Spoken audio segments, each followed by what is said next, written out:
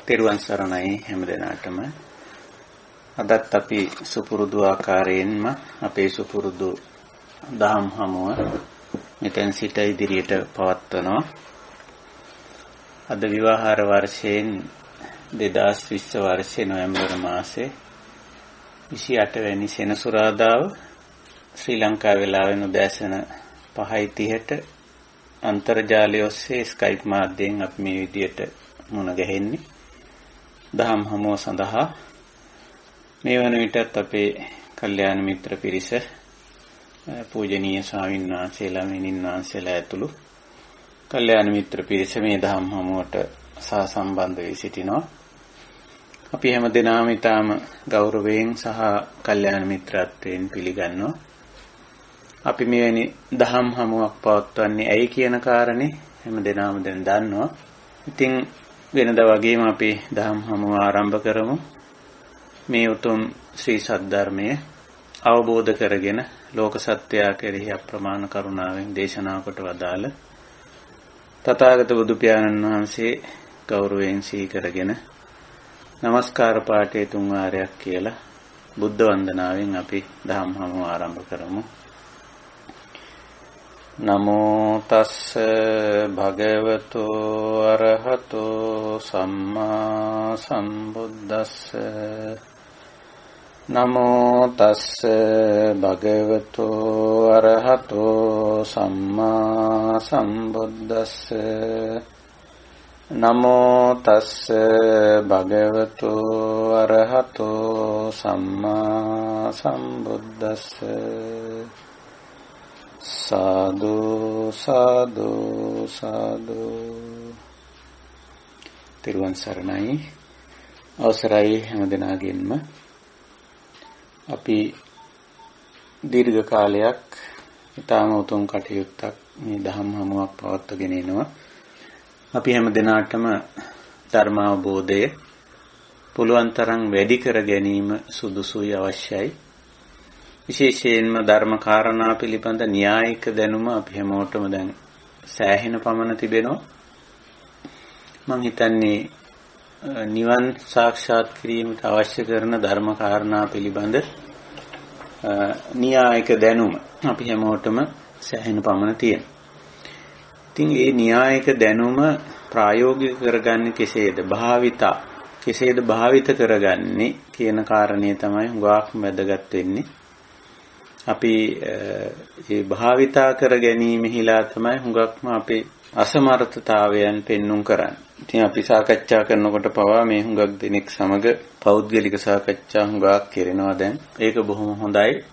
පුළුවන් හැම වෙලාවෙම වේලාව වෙන් කරගෙන Tamanට ධර්ම මාර්ගයේදී ප්‍රායෝගිකව ඇති වෙන ගැටලු මේ ධර්මය ජීවිතයට ගලප ගන්න දරන උත්සාහය තුල යම් ප්‍රායෝගික ගැටලු මතුවෙනවා. අන්න ඒ ගැටලු සාකච්ඡා කිරීම හුඟක්ම වැදගත් වෙනවා.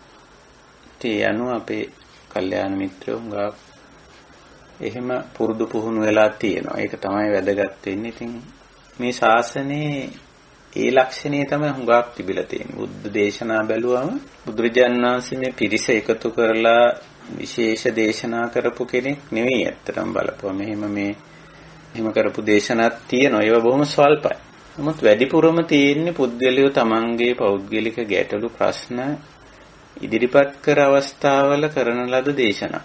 ඒක නිසා මේ දේශනාවල තිබෙනවා මේ අපේ ගමන් මගට ප්‍රායෝගික වටිනාකමක්. සමහර විට මේ ගැටලුව වෙනත් පුද්ගලයෙක් ඇහුවට අපි හැමෝටම ඒකේ සාධාරණත්වයක් තියෙන්න පුළුවන්. ඉතින් මේ විදිහට හුඟක් තියෙන්නේ මේ පෞද්ගලිකව තමන්ට ගැටලු වශයෙන් පවතින කාරණා.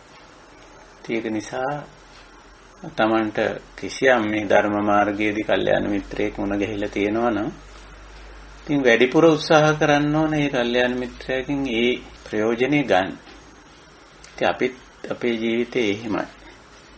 ඉතින් මම හුඟක් ළඟින් ආශ්‍රය කර කල්යාණ මිත්‍රයන් කීප දෙනෙක් හිටියා. ඉතින් ඒ ඇත්තෝ අතරේ මට හොඳට මම හුඟක් ළඟින් ආශ්‍රය කර මේ කල්යාණ මිත්‍රය අපේ කටුකුරුන්දේ ඥානানন্দ හාමුදුරුවෝ. ඉතින් උන්වහන්සේ මට ඇති වෙන හැම ගැටලුවකදීම මම අද වගේ උන්වහන්සේ කොහොමදත් දුරකථන මේ ජනමාධ්‍ය කිසිවක් පාවිච්චි කරේ නැහැ. ඉතින් උණ ගහෙන්න ඕන ගිහිල්ලා ඉතින් උණ ගහිලා මේ හැම දෙයක්ම සාකච්ඡා කරගන්න.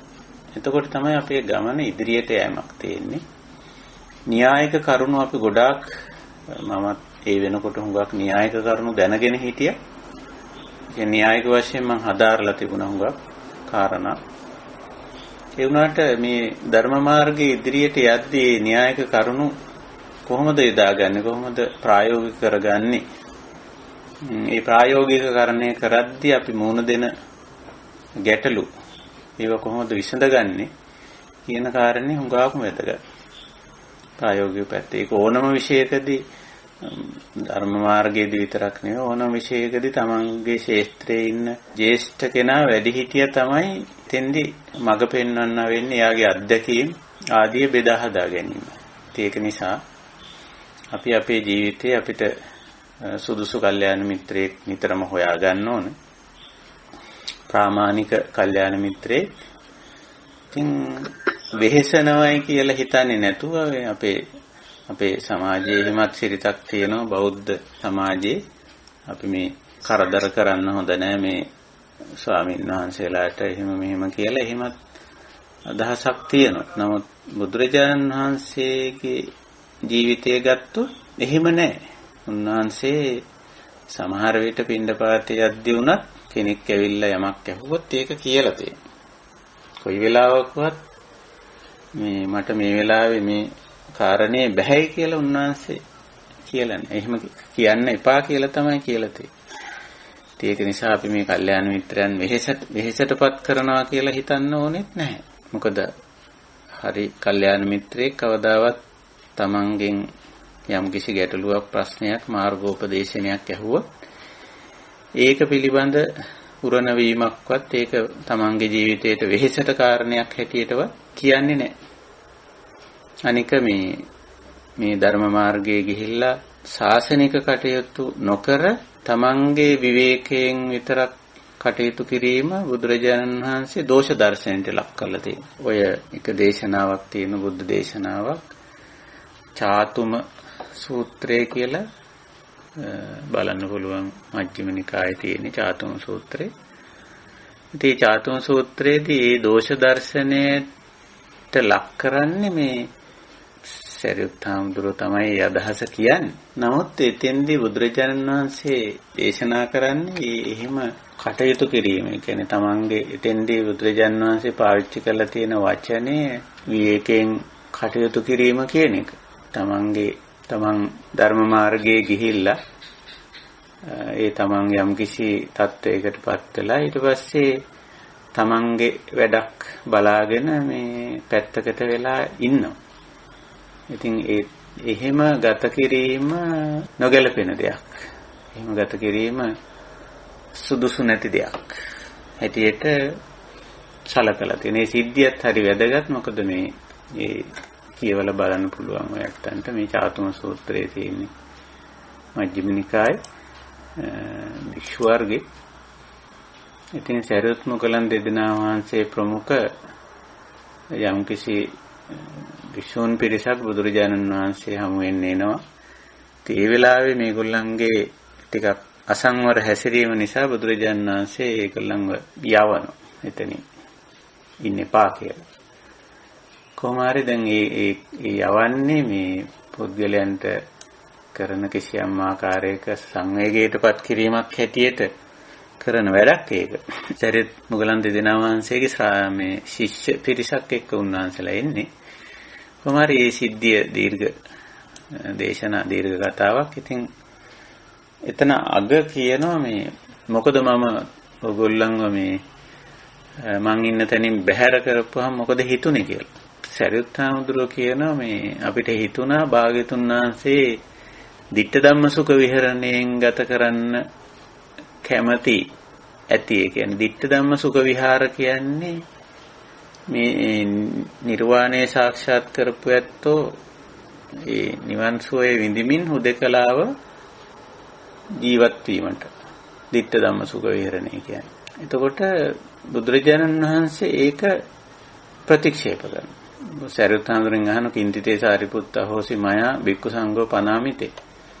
දැන් මේ ඔයගොල්ලෝ මම ඔයගොල්ලන්ව මෙතනින් නිරපල හැරියාම මොකද්ද හිතුනේ කියලා. එතකොට තමයි සරියුත් හාමුදුරුවෝ කියන්නේ අර විදියට. එතකොට බුදුරජාණන් වහන්සේ කියන ආගමේ හිතං සාරිපුත්ත ආගමේ හිතං සාරිපුත්ත ditta ධම්ම සුඛ විහාරන්ති. විවේකයෙන් තමන්ගේ පෞද්ගලික වැඩක් කරගෙන ඉන්නවා කියන එක මේ නිවන් දැකපු ඇත්තෝ එහෙම කියන්න එපා. ඒක ගැළපෙන්නේ නැති වැඩක්. ඒක යෝග්‍ය නැති වැඩක්. මේ තමන් යම් කිසි ආකාරයක ගුණයක් වඩා ගත්තා නම් අවබෝධයක් ඇති කරගත්තා නම් සමාධියක් වඩා ගත්තා නම් ඒක බෙදා හදා ගැනීමක් ගැන තමයි මෙතන බුදු පියාණන් වහන්සේ කියන්නේ. ඒක නිසා අපි මම මේ කාරණේ මතක් කරේ තම තමන් තෝරාගෙන ඉන්න තම තමන් තේරුම් අරගෙන ආශ්‍රය කරන කවර හෝ කල්යාණ මිත්‍රයෙක් ඇති ගිහි වේවා පැවිදි වේවා. එහෙම එක්කෙනෙක් නෙවෙයි දෙතුන් දෙනෙක් වුණත් ඇති. ඉතින් ඒ අය කොයි වෙලාවකවත් තමන් වෙහෙසටපත් කරනවායි කියන එහෙම හැඟීමක් ඇති කරගන්නේ නැහැ. ඒක නිසා පුළුවන් හැම වෙලාවෙම ඒ අය ආශ්‍රය නිශ්‍රය කරලා තමන්ගේ ගමනට අවශ්‍ය කරන අත්වල සහයෝගයේ උපදේශයේ මඟ පෙන්වීම ලබා ගත යුතුමයි. මොකද මේ ශාසනයේ ආයි අපිට මුණ ගැහෙයිද කියලා කවුද දන්නේ? මේ කල්යාණ මිත්‍රයෝ ආයි මුණ ගැහෙයිද කියලා කවුද දන්නේ? කොහොමද එහෙම යම් කිසි ස්ථිර නිගමනයක් දෙන්නේ කොහොමද? අනිත්‍ය ලෝකේ. ඉතින් එහෙමනම් මේ ලැබිච්ච අවස්ථාවේ අපි කාටවත් හිරිහැර හිංසා පීඩා කරනවා නෙමෙයි. බුද්ධ ශාසනයේ තියෙනවා කල්යාණ මිත්‍රත්වය කියන එක. මුළු ශාසනයම පවතින කල්යාණ මිත්‍රත්වයෙන් කියලා තියෙන ශාසනයේ කල්යාණ මිත්‍රයෙක් කොයි වෙලාවකවත් වෙහෙසීමකටපත් වෙන්නේ නැහැ. ඒක නිසා අපි පුළුවන් හැම වෙලාවෙම කාල වේලාව වෙන් කරගෙන අපි මේ පොදු ධර්ම සාකච්ඡා කරන්නේ පොදු කාරණා හැටියට සලකලා නමුත් පුළුවන් හැම වෙලාවෙම අපි තම තමන් තෝරාගෙන ඉන්න ආශ්‍රය නිශ්‍රය කරන සුදුසු කල්යාණ මිත්‍රයන්ගෙන් තමන්ගේ ගමනට අවශ්‍ය කරන මාර්ගෝපදේශන මඟ පෙන්වීම ලබා ගැනීමයි සුදුසු. ඉතින් හැමෝම බුදුරජාණන් වහන්සේ වගේ මහා කරුණාවෙන් තමන්ගේ ළඟට ඇවිල්ලා තමන්ට පිහිට වෙයි කියලා හිතන්න එපා. එහෙම දේවල් සිද්ධ වෙන්නේ නැහැ. එහෙම තමන්ම උත්සාහවන්ත වෙලා වීරියවන්ත වෙලා තමන්ගේ ගමන යා යුතුයි. ඒකයි ස්වභාවය. ඉතින් ওই විදිහට අපි හුඟක්ම අපිට අවශ්‍ය වෙන්නේ න්‍යායික කරුණු වලට වඩා දැන් ප්‍රායෝගික කරුණු. ඉතින් අපි ඒ අනුව බුද්ධ දේශනා තෝරාගෙන ඒ බුද්ධ දේශනාවල ඇතුළත් වෙලා තියෙන දහම ප්‍රායෝගික කරගන්න ආකාරය. ඉතින් එවැනි සූත්‍ර තමයි අපි දැන් තෝරාගෙන සාකච්ඡාවට ගන්න. දැනට අපේ ධර්ම සාකච්ඡාවේ තේමාව යන්නේ අනිශ්චිත විහරණය කියලා. අනිශ්චිතෝච විහෙරති නච කිංචි ලෝකේ උපාදීයති කියන ඒ නිවන් සාක්ෂාත් කර තැනැත්තෙක්ගේ ස්වභාවය. නිවුණු සැනසුණු තැනැත්තෙක්ගේ මූලික ස්වභාවය තමයි ඔය අනිශ්චිතෝච විහෙරති. විහෙරති කියන්නේ සාමාන්‍ය ජීවිතය. සාමාන්‍ය දිනදා ජීවිතය. අමුතු තැනකට ගිහිල්ලා අමුතු ප්‍රදේශයකට ගිහිල්ලා ගත කිරීමක් ගැන නෙමෙයි මේ කියන්නේ. සාමාන්‍ය ජීවිතයේ ලක්ෂණය තමයි අනිශ්චිතයි. අනිශ්චිත කියන්නේ තණ්හා මාන දිට්ඨි වශයෙන් කිසිම දෙයක් සමග බැඳීමක් නැහැ. උපාදානයක් නැහැ. නච උපාදීයති. ඒ ඊළඟ ප්‍රකාශනෙන් කියන්නේ ඒක. ඉතින් මේක න්‍යායිකව දැන් අපි දන්නවා. මේක තමයි නිවුණු සැනසුණු ජීවිතයක ලක්ෂණය කියන්නේ. එතකොට මේ අනිශ්චිත විහරණය හුරු කරගන්නේ කොහොමද? පුරුදු කරගන්නේ කොහොමද? එතෙන්ට එන්නේ කොහොමද? ඒක ප්‍රායෝගික කරගන්නේ කොහොමද කියන කාරණේ තමයි අපි මේ බුද්ධ දේශනා ආශ්‍රය කරගෙන තව තේරුම් ගනිමින් යන්නේ. ඉතින් ඒක අපි ප්‍රායෝගික කරගන්න ඕන. දැන් න්‍යායික වශයෙන් අපි සූත්‍රයක් සාකච්ඡා කෙරුවොත් ඒ සූත්‍රයේ සාකච්ඡා කරන දේ අපි ප්‍රායෝගිකකරණය කරගන්න ඕන. එතකොට තමයි මේ අනිශ්චිත විහරණය අපි හුරු පුරුදු වෙන්නේ. ඉතින් මම ඔය මේ කාරණේ මතක් කළේ අපේ ධර්ම සාකච්ඡාවට අලුතෙන් සම්බන්ධ වෙ නැත්තොත් ඉන්නවා. ඉතින් අපි මේ කරගෙන යන්නේ මොකද්ද කියලා යත්තන්ටත් යම් ප්‍රමාණයකට වැටහෙන්න ඕන නිසා. මීට පෙර කරපු සාකච්ඡා අන්තර්ජාලයේ ඇතුළත් කරලා තියෙනවා නිවෙන මග කියන මේ YouTube channel එකේ. ඉතින් කාටත් ඒවා ශ්‍රවණය කරන්න පුළුවන්කම තිබෙනවා. ඒ වගේම මම මතක් කළා මේ පාලි සූත්‍ර කියවීම හුරු කරගන්න කියලා. ඒක හරි වටිනවා. විවේක තියෙන හැම වෙලාවකම සූත්‍රයක් දෙකක් කියවන්න. ඒ වයින් අපිට බොහෝ වටිනා දේවල් ලැබෙනවා. අපි ඒ සඳහා අන්තර්ජාලයේ තියෙන මේ pitaka.lk කියන වෙබ් පිටුව අපි පාවිච්චි කරනවා. බොහොම වටිනා විදිහට ඒක සකස් කරලා දාලා තියෙනවා. විශේෂයෙන් ඒකේ තියෙනවා අපේ ලංකාවේ ප්‍රශස්ත හැටියට සලකන බුද්ධ ජයන්ති ත්‍රිපිටක ග්‍රන්ථ මාලාවත් ඇතුළත් කරලා තියෙනවා. ඒකේ අර දකුණු පැත්තේ තියෙන ඉරි කෑලි තුනක් වගේ දකුණු පැත්තේ උඩින්ම තියෙන ඉරි කෑලි තුනක් වගේ තියෙන කොටස ක්ලික් කරොත් බුද්ධ ජයන්ති ත්‍රිපිටක ග්‍රන්ථ මාලාව පෙන්වනවා. ඉතින් ඒකට ගියාම ඒකේ මේ කතා කරන සූත්‍රය විවර වෙනවා. ඒක ඕපන් වෙනවා. ඒ වගේම ඒවයි පිටු අංක පවා හැම එකෙම උඩ දාලා තියෙනවා. ඒ දැන් අපි අද සාකච්ඡාවට ගන්න සූත්‍රයට අපි ගියොත් අද අපි සාකච්ඡාවට ගන්නේ පිණ්ඩපාත පාරිශුද්ධි සූත්‍රය. අපි මූලාශ්‍රය බැලුවොත් සූත්‍රයේ තියෙන්නේ මජ්ක්‍ධිම නිකායේ. මජ්ක්‍ධිම නිකායේ උපරිපන්නාසකේ. උපරිපන්නාසකේ පස්වෙනි වර්ගයේ සලායතන වර්ගයේ. සලායතන වර්ගයේ 9 වෙනි සූත්‍රය පිණ්ඩපාත පාරිශුද්ධි සූත්‍රය. ඉතින් එහෙම ගියාම අපිට ඕන නම් අපිට ඒක මෙතන සර්ච් කරන තීරුවේ පිණ්ඩ වගේ මුල් ඒකේ සූත්‍රයේ වචන ගැහුවොත් සූත්‍රය පෙන්වන. එහෙම නැත්නම් අපි පොත දිගාරින්න දන්නවනම් වම් පැත්තේ තීරුවේ ඒ පොත දිගාරින ක්‍රමයේ දක්වලා තියෙන ෆෝල්ඩර් ක්‍රමයට දක්වලා තියෙනවා. එහෙම පුළුවන් නම් එහෙම තැන දන්නවනම් එහෙම නැත්නම් අපි අර සොයන තීරුවේ සර්ච් කරන තීරුවේ අපි අපේ යතුරු පුවරුව සිංහලට මාරු කරලා අපි මේ සූත්‍රයේ මුල් වචන මුල් අකුරු කීපේ හරියට ටයිප් කරුවොත් පෙන්වනවා. අහවල් සූත්‍රය කියලා. එතකොට ඒක ක්ලික් කරපුවම අපිට මේ සූත්‍රය විවර කරගන්න පුළුවන්, විවෘත කරගන්න පුළුවන්. ඒ වගේම දකුණු පැත්තේ තියෙන අර මම කියපු ඉරි කෑලි තුන සහිත කොටසට ගියොත් අර බුද්ධ ජයන්ති ත්‍රිපිටක ග්‍රන්ථ මාලාව විවෘත කරගන්න පුළුවන්. බුද්ධ ජයන්ති කියන්නේ ලංකාවේ අපි පිළිගන්න ප්‍රශස්ත version එකනේ. ඒක ඊළඟට ඒකේ ඕන නම් ස්කෑන් කරලා දාලා තියෙන සම්පූර්ණ පොත. බුද්ධ ජයන්ති ත්‍රිපිටක ග්‍රන්ථ මාලාව විවෘත වුණාන් පස්සේ ඒකේ උඩම තියෙන ලා නිල් පාටෙන් මේ බුද්ධ ජයන්ති පොත්වල අංකය. ඒ එතෙන්ට කිට්ටු වුණාම අත ලකුණ දැක්වෙන එක ක්ලික් කරපුවාම කෙලින්ම ස්කෑන් කරපු කොටස ඔබට දැක ගන්න පුළුවන්. ඉතින් මේ විදිහට මේ සූත්‍ර විශේෂයෙන් පාළි දැන් බුද්ධ ජයන්ති වල ලක්ෂණය තමයි මේ ඉස්පිලි පාපිලි අතහැරලා තමයි පැරණි පුස්කොළ ලියපු ක්‍රමයට තමයි ලියවිලා තියෙන්නේ. ඉස්පිලි පාපිලි අතහැරලා. ඒක නිසා අර ඉස්පිලි පාපිලි සහිතව යම් ප්‍රමාණයකට දැන් pitaka.lk එකේ තියෙන්නේ යම් ප්‍රමාණයකට ඉස්පිලි පාපිලි ඇතුළත් කරලා තියෙන සමහර තැන්වල. නමුත් හැම එකේම නැහැ. ඇතැම් තැන්වල ඉස්පිලි පාපිලි අතහැරලා විශේෂයෙන් ඔය ඉස්පිල්ල කියන එක පාපිලි නෙමෙයි. ඉස්පිල්ල අතහැරලා තියෙනවා. බුද්ධ ජයන්තියේ විශේෂත්වයේ සියලුම ඉස්පිලි අතහැරලා තියෙනවා. කිසිදු අවස්ථාවක ඉස්පිල්ල පාවිච්චි කරන්නේ නැහැ. කොඩිය ලකුණු. ඒ වගේම තවත් අකුරු වල තියෙන තොප්පිය වගේ ඒ ලක්ෂණ ඉස්පිල්ල කියලා අපි ඒකට කියන්නේ. ඉස්පිල්ල අතහැරලා තියෙනවා. ඉස්පිල්ල අතහැරලා ඒ අකුරු දෙක ලං කරලා බැඳලා කියලා අපි ඒකට කියන්නේ තියෙනවා. දැන් අපි අපේ සූත්‍රයට ගියොත් පිණ්ඩපාත පාරිශුද්ධි සූත්‍රය අද අපි සාකච්ඡාවට ගන්නෙ. ඉතින් අපි සූත්‍රයේ දිගේ ටිකක් ඉස්සරහට යමු. සූත්‍ර නිදානයේ මුලින්ම තියෙනවා. නිදානය කියන එක ඔබ දන්නවා මොකක්ද කියලා. පසුබිම් කතා ඒවම් මේ සුතං ඒකං සමයං භගවා රාජගහේ විහෙරති වේලුවනේ කලන්දක නිවාපේ. බුදුරජාන් වහන්සේ රජගහ නුවර වේලුවනේ වැඩ ඉන්න අවස්ථාවක කලන්දක නිමාප කියන්නේ වේලුවනේට අන්වර්ථ නාමයක්. කලන්දක කියන්නේ ලේන්නුන්ට, නිමාප කියන්නේ සාමාන්‍යයෙන් ආහාරවලට.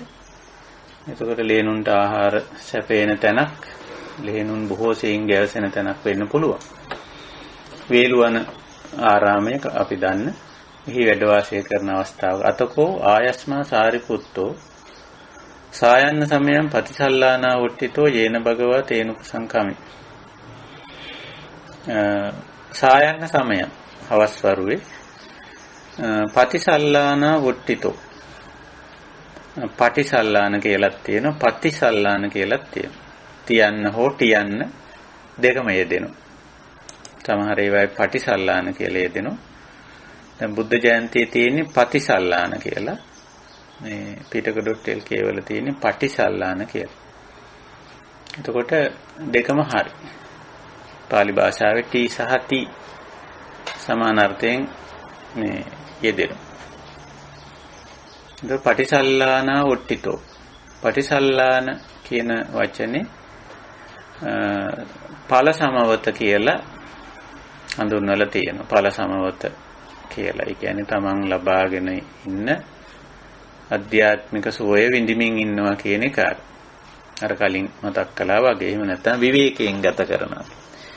පිරිසෙන් අයින් වෙලා හුදකලාව විවේකයෙන් ගත කරන අවස්ථාව තමයි පටිසල්ලාන කියන්නේ. බුදුරජාණන් වහන්සේ දවසේ එහෙම කාලයක් ගත කරලා තියෙන බව පේන. උන්වහන්සේගේ ජීවිතයේ සංසිද්ධි වලිනුත් එහෙම තියෙනවා. ඒක සාමාන්‍යයෙන් භාවනා යෝගී ජීවිතයක වැදගත්. මොකද ඒ වෙලාවේ ඉඳගෙන පෞද්ගලික කටයුත්තක යෙදিলা ඉන්නේ.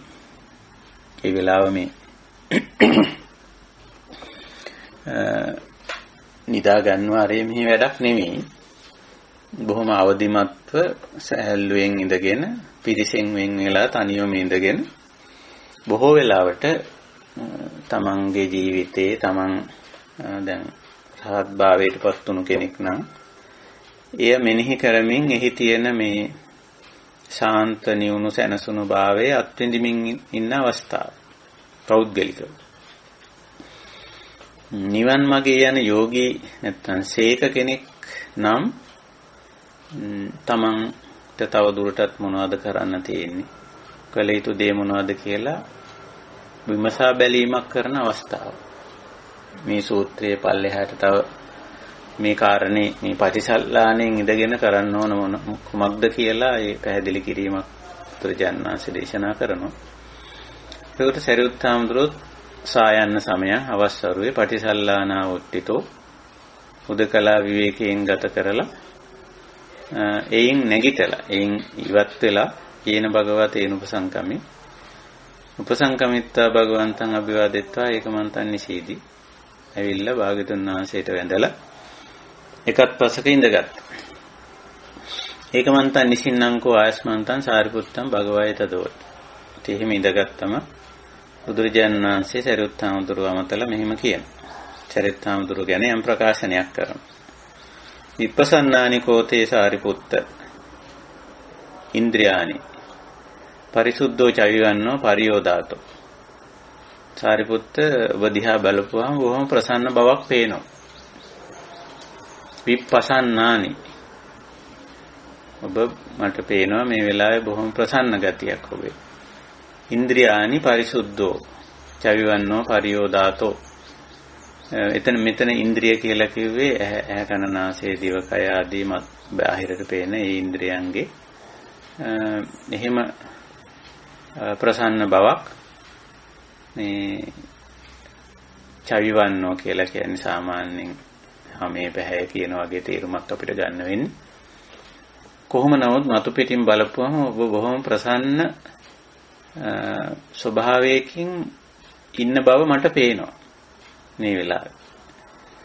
ඊළඟට අහන කතමේන කෝත්වං සාරිපුත්ත විහාරේන ඒතරේ බහුලං විහෙරසි. එතකොට මේ දවස්වල නැත්තම් මේ දැන් මේ දිනවල මොන විහරණයෙන්ද මොන විහරණේ බහුල කරගෙනද වාසය කරන්නේ.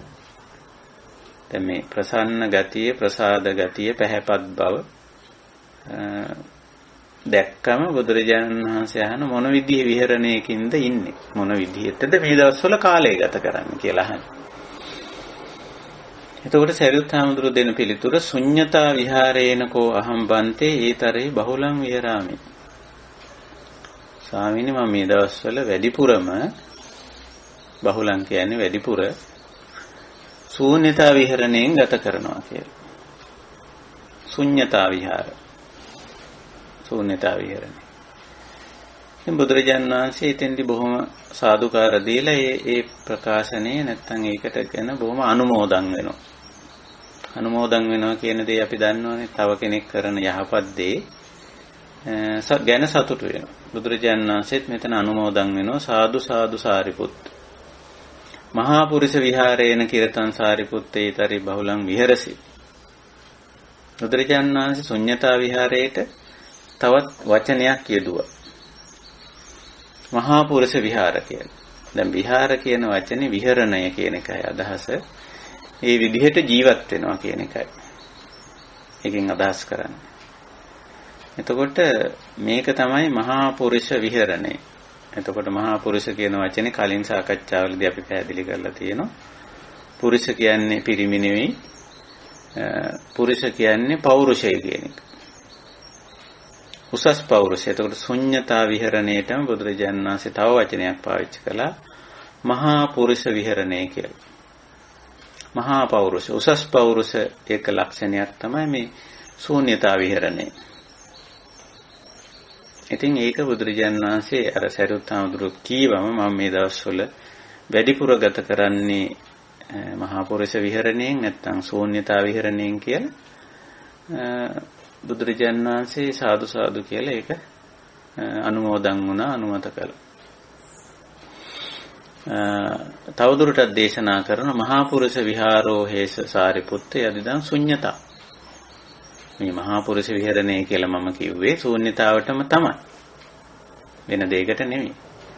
තස්මාතිය සාරිපුත්ත බික්ඛු සචේ ආකංකේ ශුන්‍යතා විහාරේන ඒතරෙහි බහුලං විහෙරයන්ති තේන සාරිපුත්ත බික්ඛුනා ඉතිපටි සංචික්කිතබ්බං. එතකොට දැන් බුදුරජාණන් වහන්සේ දේශනාව කරන්නේ අපට. සරියුත් හාමුදුරන්ට නෙමෙයි. සරියුත් හාමුදුරන්ගෙන් ගත්ත දේ අපිට ඔන්න පැහැදිලි කරලා දෙන්න. ඉතින් මෙතන ශුන්‍යතා විහරණය කියන කාරණේ ශූන්‍යතාවය කියන වචනේ අපේ ධර්මයේ යෙදෙන වචනය. ශුන්‍යතා මෙතනත් ඒ ශුන්‍යතා කියන වචනේ යෙදිලා තියෙනවා.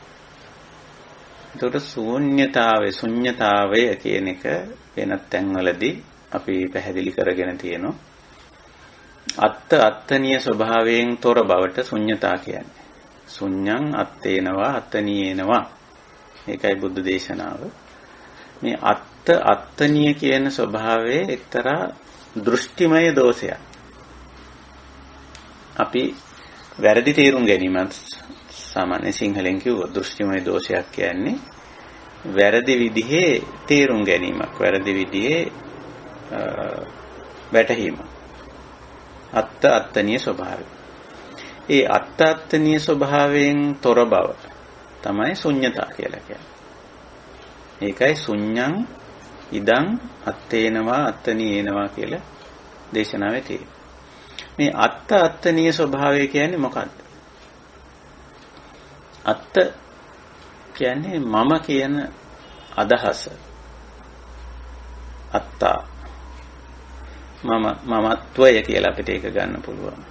මේ පංචස්කන්ධය රූප වේදනා සංඥා සංකාර විඥාන කියන මේ පංචස්කන්ධය මමය, මගේය. අත්තනීය කියන්නේ මට අයත් දෙයක් කියලා. මට ඕන හැටියට හසුරවන්න පුළුවන්, මම කැමති ආකාරයට පවත්වන්න පුළුවන් කියන ඊ වැරදි දෘෂ්ටිය, වැරදි වැටහීම, වැරදි අදහස. මොකද එහෙම වැරදි අදහසක් එන්න හේතු තියෙන පුද්ගලයාට. එකක් තමයි මේ අපිට අපේ මේ කය මනසට ඕන විදිහට කය යම් ප්‍රමාණයකට හසුරවා ගන්න හැකියාවක් තියෙන. 100%ක් නෙවෙයි. දැන් අත උස්සන්න කියලා හිතුනොත් බොහෝ වෙලාවට පුළුවන්. කතා කරන්න කියලා හිතුනොත්, යමක් කියන්න කියලා හිතුනොත් කියා ගන්න පුළුවන්. නැගිටලා යන්න කියලා හිතුනොත් කරගන්න පුළුවන්. නැගිටලා ගිය හැකියි. වැඩක් කරන්න කියලා හිතුනොත් ඒ වැඩේ කරන්න පුළුවන්. වාහනේ අතර ගත්තම Tamanට ඕන විදිහට මේක අසුරවාගෙන Taman කැමති තැනට ගෙනියන්න පුළුවන්. බොහෝ විට මේ ලක්ෂණේ පේන්න තියෙන මතු පිටේ. මෙන්න මේ ලක්ෂණේ නිසා අපි බොහෝ වෙලාවට හිතනවා මේවා මං කැමති විදියට මට ඕන විදියට හසුරවන්න පවත්වන්න මෙහෙවන්න පවත්වාගෙන යන්න පුළුවන් කියලා. ඒක තමයි මේ අත්තාත්තනීය දෘෂ්ටිය. ආත්ම දෘෂ්ටිය කියලා අපි ඔකට කියනවා. ඒක එක්තරා මතු පිටින් බලපුවම කෙනෙක් තර්ක කරලා කියන්න පුළුවන් ඇයි බැරි අපි හිතන ඕනම දෙයක් කරන්න පුළුවන් කියලා. මිනිසෙකුට බැරි දෙයක් නැහැ කියලා එහෙමනේ අපිට උගන්වන්නේ පුංචි කාලේ ඉඳලා. ඉතින් දැඩි ලෙස මේ අත්තාත්තනීය ස්වභාවයේ වර්ධනය වෙනවා. ආත්ම දෘෂ්ටිය. ඉතින් ඒ දෘෂ්ටිය තුල බොහෝ ගැටලු ප්‍රශ්න දෝෂ මතුවෙනවා. ඒ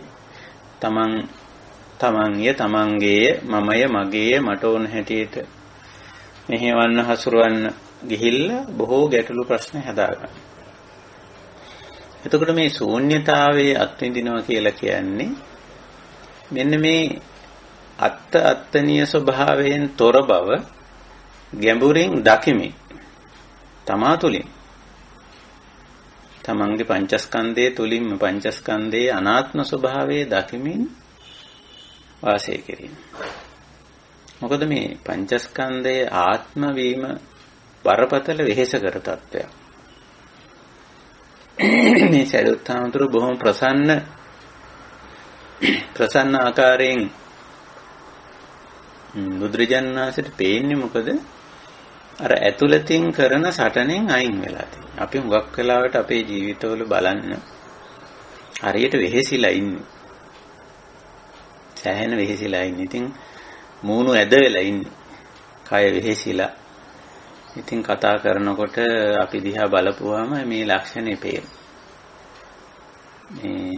මොකද ඇතුළතින් ලොකු පොර බැදිල්ලක් තියෙනවා. බාහිරනොත් අපි ශරීරයත් කයත් මෙහෙवला පුදුම විදියට කය මෙහෙवला වැඩ කරනවා.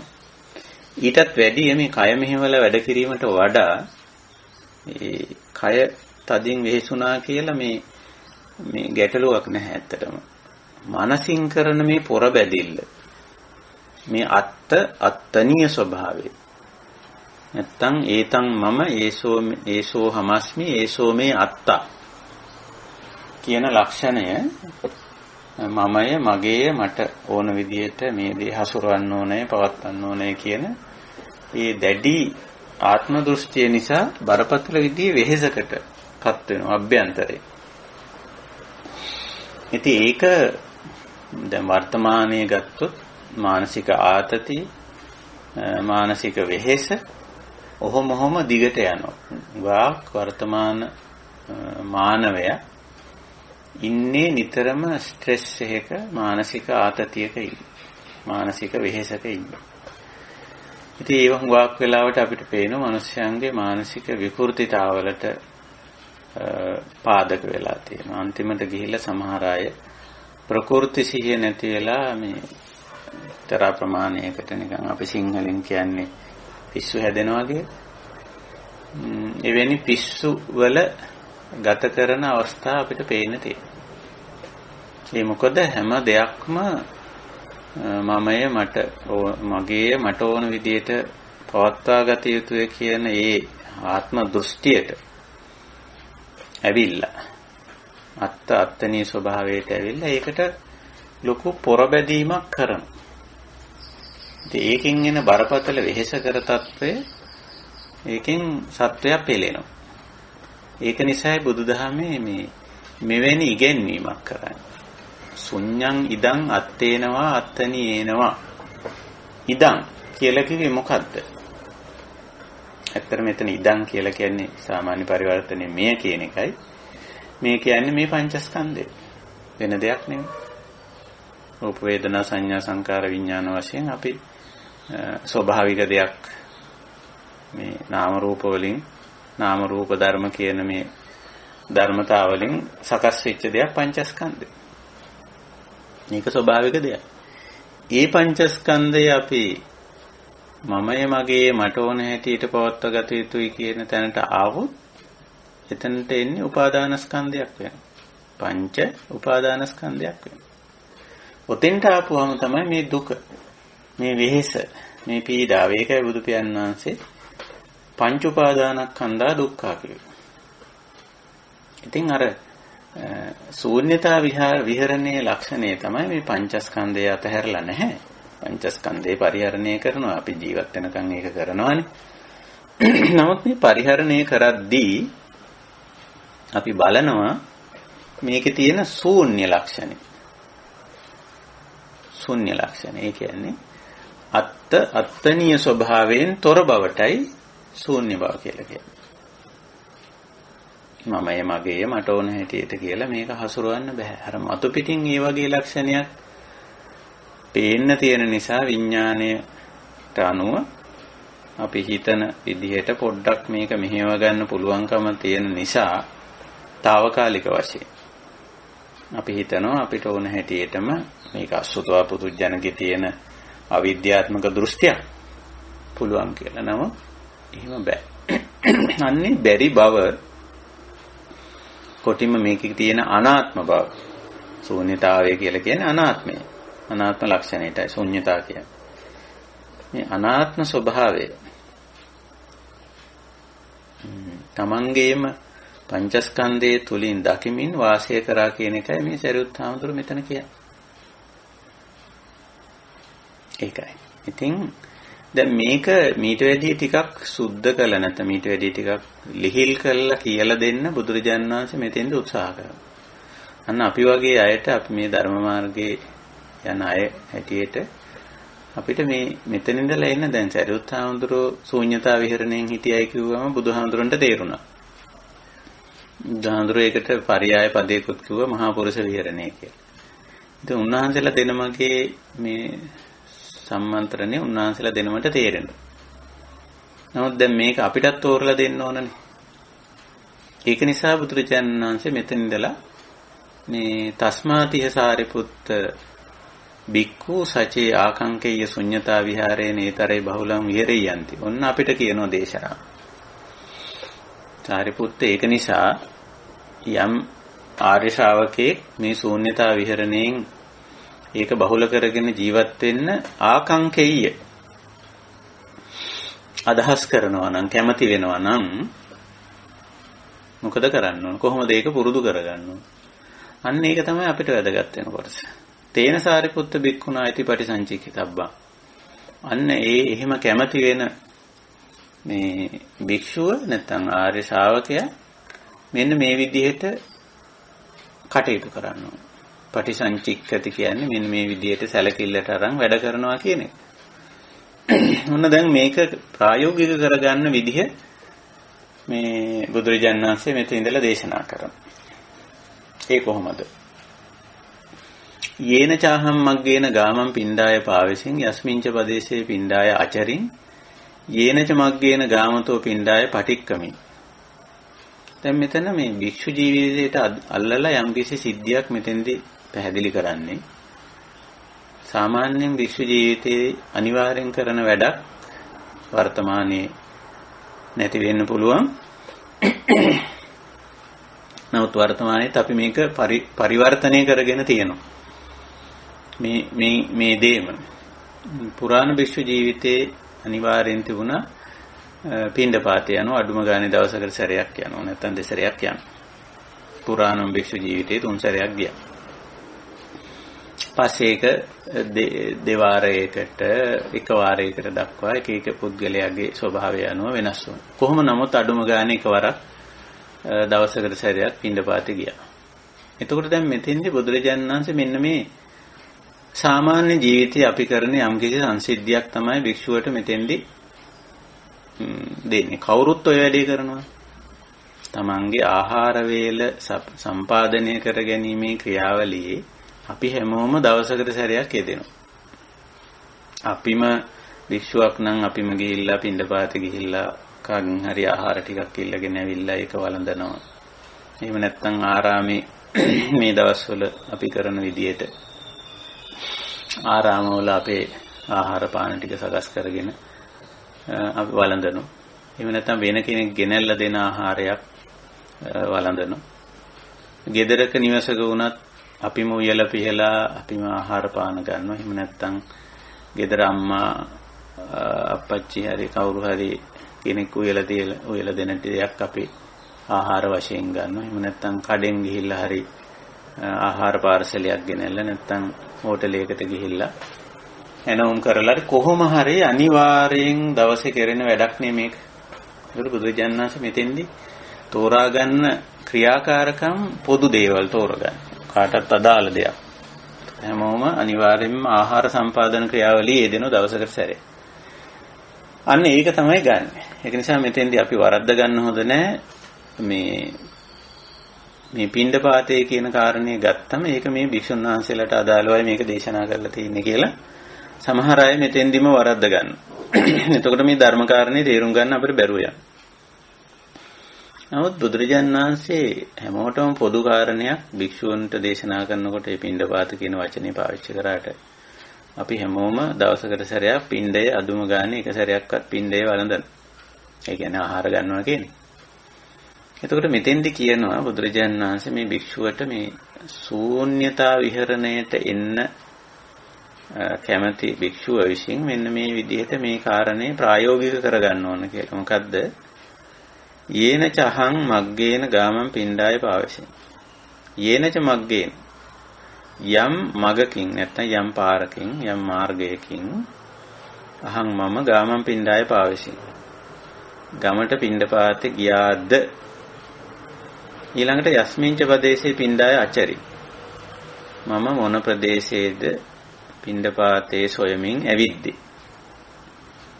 යේනච මග්ගේන ගාමතෝ පිණ්ඩාය පටික්කමි. ආපහු මම මොන මාර්ගයෙන්ද ආරාමයට ආවේ කියලා අර මෙතන පෙන්වන්නේ තමන් කරපු ක්‍රියාවේ මුලැමැද අග වශයෙන් අර තුන පෙන්වනවා. යම් පාරකින් ගමට යනවා, ගිහිල්ලා යම් ප්‍රදේශයක පිණ්ඩපාතේ කරනවා, ආපහු ඒ පාරේම හෝ වෙන පාරකින් හෝ ආපහු එනවා. එතකොට මේ ක්‍රියාවේ මුලැමැද අග ඒ ක්‍රියාවෙන් පස්සේ මේ මෙනෙහි කරන්න පටිසංචික්කිතබ්බන් නැත්තම් මානසිකාතබ්බන් ආදී වශයෙන් ඔය වචනේ යෙදিলা තියෙන්නේ. මෙනෙහි කරන මම මේ පාරෙන් ගියා, මේ ප්‍රදේශය ඇවිද්දා, මේ පාරෙන් ආපහු ආවා. ඒක ඔය විදිහට අපි ජීවිතේ කරන යම් ක්‍රියාකාරකම් ඒ ක්‍රියාව කරලා ඉවර වෙලා මුලැමැදාග වශයෙන් ඒක මෙනෙහි කරන්න කියලා. මෙනෙහි කරලා මොකද්ද කියන්නේ? එතන ඉඳලා කියන්නේ අත්තිනුකෝමේ තත්ත චක්කු විඤ්ඤේසු රූපේසු චන්දෝවා රාගෝවා දෝසෝවා මෝහෝවා පටිගං වාපි චේතසෝ. දැන් මම මේ යම්කිසි ක්‍රියාවක යෙදিলা අවසන් වෙලා ඉන්නේ. දැන් මෙතෙන්දී උදාහරණයක් ගත්තේ පින්ඩපාත ක්‍රියාවනේ. ඒක ඉවර වෙලා ඒක අවසානයේ මෙනෙහි කරලා බලන්නලු, මානසිකාර කරලා බලන්නලු මේ ක්‍රියාකාරකම ඇතුලේ මම මේ යම් පාරකින් ගියානේ ගමට, යම් ප්‍රදේශයක ඇවිද්දානේ, ඇවිදලා ආපහු ආවනේ. මෙන්න මේ ක්‍රියාකාරකම තුල අත්තිනුකෝමේ තත්ත එහිලා අන්නෙම කාර්යෙහිලා අත්තිනුකෝ චක්කු විඤ්ඤේසු රූපේසු මම ඒ කාලය තුල ඇහින් දැකපු රූපයක් ඇසුරු කරගෙන නැත්නම් රූපයක් නිසා චන්දෝවා රාගෝවා දෝසෝවා මෝහෝවා පටිගං වාපි චේතසෝ. ඒ කියන්නේ කොටින්ම හිත අපිරිසිදු කරගෙන තියෙනවද මේ ක්‍රියාව ඇතුලේ? ඡන්ද කියන්නේ අර ඇලීම් සහගත ස්වභාවයනේ. කාමච්ඡන්ද කියන තැන අපි ඡන්ද කිව්වේ. රාග කියන්නේ ඒ අදහසනේ. කැමැත්ත, ඇලීම. ඡන්ද කැමැත්ත, රාග ඇලීම. දෝෂ අකමැත්ත. නැත්නම් අමනාපය වගේ අදහසක් ගන්න. මෝහණේ වෙන ගතිය, මුලා වුණු ගතිය, පටිගං ගැටෙන ස්වභාවය. වාපි චේතසෝ. එවැනි ආදී වශයෙන් එවැනි උදාහරණ වශයෙන් කීපයක් කියලා එවැනි සිතිවිලි ඇති කරගෙනද මම කොටින්ම කිව්වොත් මම මේ පින්ඩපාතේ ගියපු ක්‍රියාව ඇතුලේ මම මගේ හිත අපිරිසිදු කරගෙනද කියලා බලන්න. කියලා ඔන්න මේ අවවාදය දෙනවා. එතකොට මේක හරි වැදගත්. අපි අපේ ජීවිතයේ දවස ගත්තත් නොයෙක් වැඩවල ඉදිලා ඉන්නේ. අපි මෙතෙන්ද කියන්නේ මේ දේශනාවලට අපි හඳුන්වන්නේ ශූන්‍යතා පටිසංයුක්ත දේශනා කියලා. කෙලින්ම නිවන ඉලක්ක කරගත්ත දේශනා.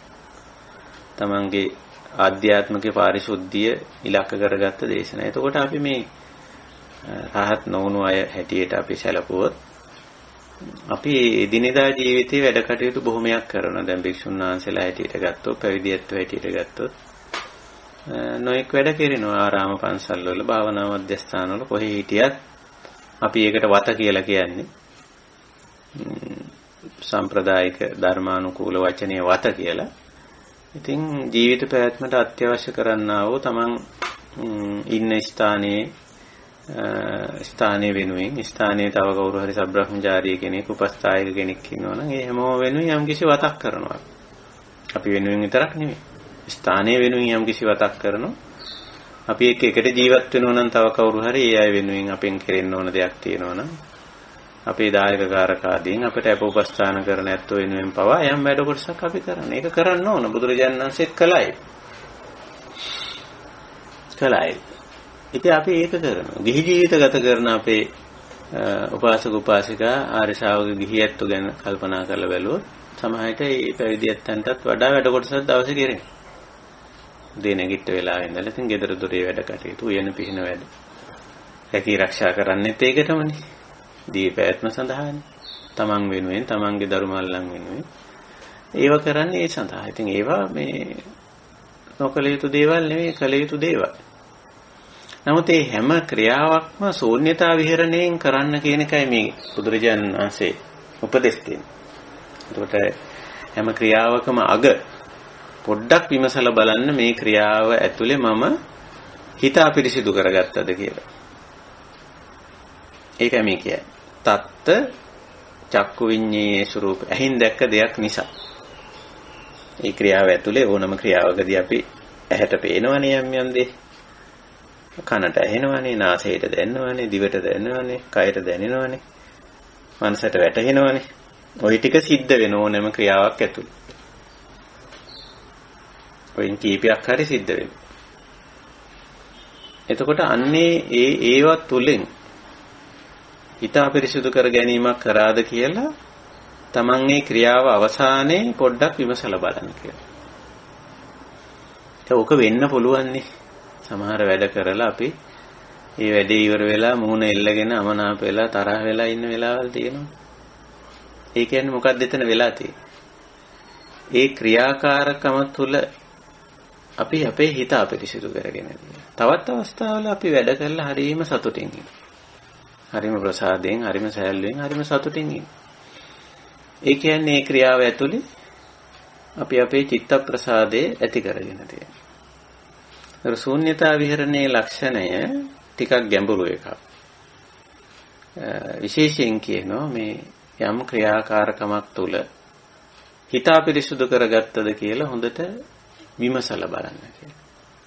එම් වෙන්න පුළුවන්. අර භික්ෂුව පින්ඩපාතේ යද්දී කිසියම් මාර්ගයකින් යනකොට ඒ දකින්න දෙයක් නිසා එයාගේ හිතේ ඡන්දයක්, රාගයක්, ද්වේෂයක්, මෝහයක්, පටිඝයක් ඇති වෙන්න පුළුවන්. තාම මේ කතා කරන්නේ රාතන් වහන්සේ කෙනෙක් ගැන නෙවෙයි. සරියුත් හාමුදුරන්ට නෙවෙයි මේ කියන්නේ. අපිට කියන්නේ. අපි එහෙම වැඩවල යෙදෙනකොට ওই දකින්න දේවල් නිසා එහෙම වෙන්න පුළුවන්. යස්මින්ච පදේශේ පින්ඩාය අචරි. අර භික්ෂුව යම් ගෙවල් වලට යනවනේ ආහාර ඉල්ලගෙන. නොඑක් විදිහේ ගෙවල් වලට යන්නේ. සමහරු දෙනවා, සමහරු දෙන්නේ නැහැ. සමහරු බැන අඬ ගන්නවා වෙන්නත් පුළුවන්. සමහරු නිශ්ශබ්ද වෙනවා වෙන්නත් පුළුවන්. නොඑක් විදිහට ප්‍රතිචාර හම්බ වෙනවා. භික්ෂුව පින්ඩපාත ගියා. සමහර විට එකම ආහාරය තමන් අකමැති ආහාරයක් බෙදන්න පුළුවන්. අතවහන්න බෑනේ පින්ඩපාත ගියපුවම. මම ওই ආහාරය වළඳන්නේ නැහැ, මට එපා කියන්න බෑ. පින්ඩපාත ගිහලා පාත්‍රයේ ඉවර කෙරුවොත් ඒ බෙදන්නේ ඕනම දෙයක් තමන්ගේ පාත්‍රයට ගන්නවා. ඒක තමන් අකමැති ආහාරයක් ලැබෙන්න පුළුවන්. අවශ්‍ය පමණට ආහාර නොලැබී යන්නත් පුළුවන්. කිසිම ආහාරයක් නොලැබෙන්න පුළුවන්. මේ වගේ විවිධාකාර අත්දැකීම් වලට අපි කරන ක්‍රියාකාරකම් වලදී නොඑක් විදිහ අත්දැකීම් ලැබෙන්න පුළුවන්. තනියෙන් කරන වැඩක් ගැන මෙතන කියන්නේ. නමුත් අපි දෙතුන් දෙනෙක් එකතු වෙලා කරන වැඩකදී බලන්න. කොයි විදිහේ මති මතාන්තර පරස්පරතා එක්ක අපි වැඩ කරනවද කියලා. ඉතින් ඒවයි ඇතුලේ මේ ඡන්ද රාග දෝෂ මෝහ පටිග ආදී අකුසල චෛතසික ඇති වෙන්න පුළුවන්. ඉතින් බුදුරජාණන් වහන්සේ කියන්නේ මේ පිණ්ඩපාත පාරිශුද්ධි මේ සූත්‍රයේ නම පාරිශුද්ධි කියන්නේ පිරිසිදු කරනවා. පස්සට තියන්න එපා. එවලෙම මේ තමන් කරපු ක්‍රියාව ඇතුලේ තමන් යෙදුණු ක්‍රියාකාරකම ඇතුලේ කිසියම් ආකාරයක හිත අපිරිසිදු වීමක් වුණා නම් ඒක පිරිසිදු කරන්න කියලා. ඒක තමයි මහා පුරුෂ විහරණයේ ශූන්‍යතා විහරණයේ මහා පෞරුෂ ලක්ෂණයක් හැටියට පෙන්නන. ඉතින් ඔහොම කියලා ඊළඟ කොටසට ගිහිල්ලා මෙහෙම දේශනා කරනවා. සචේ සාරිපුත්ත පච්චවෙක්කමානෝ.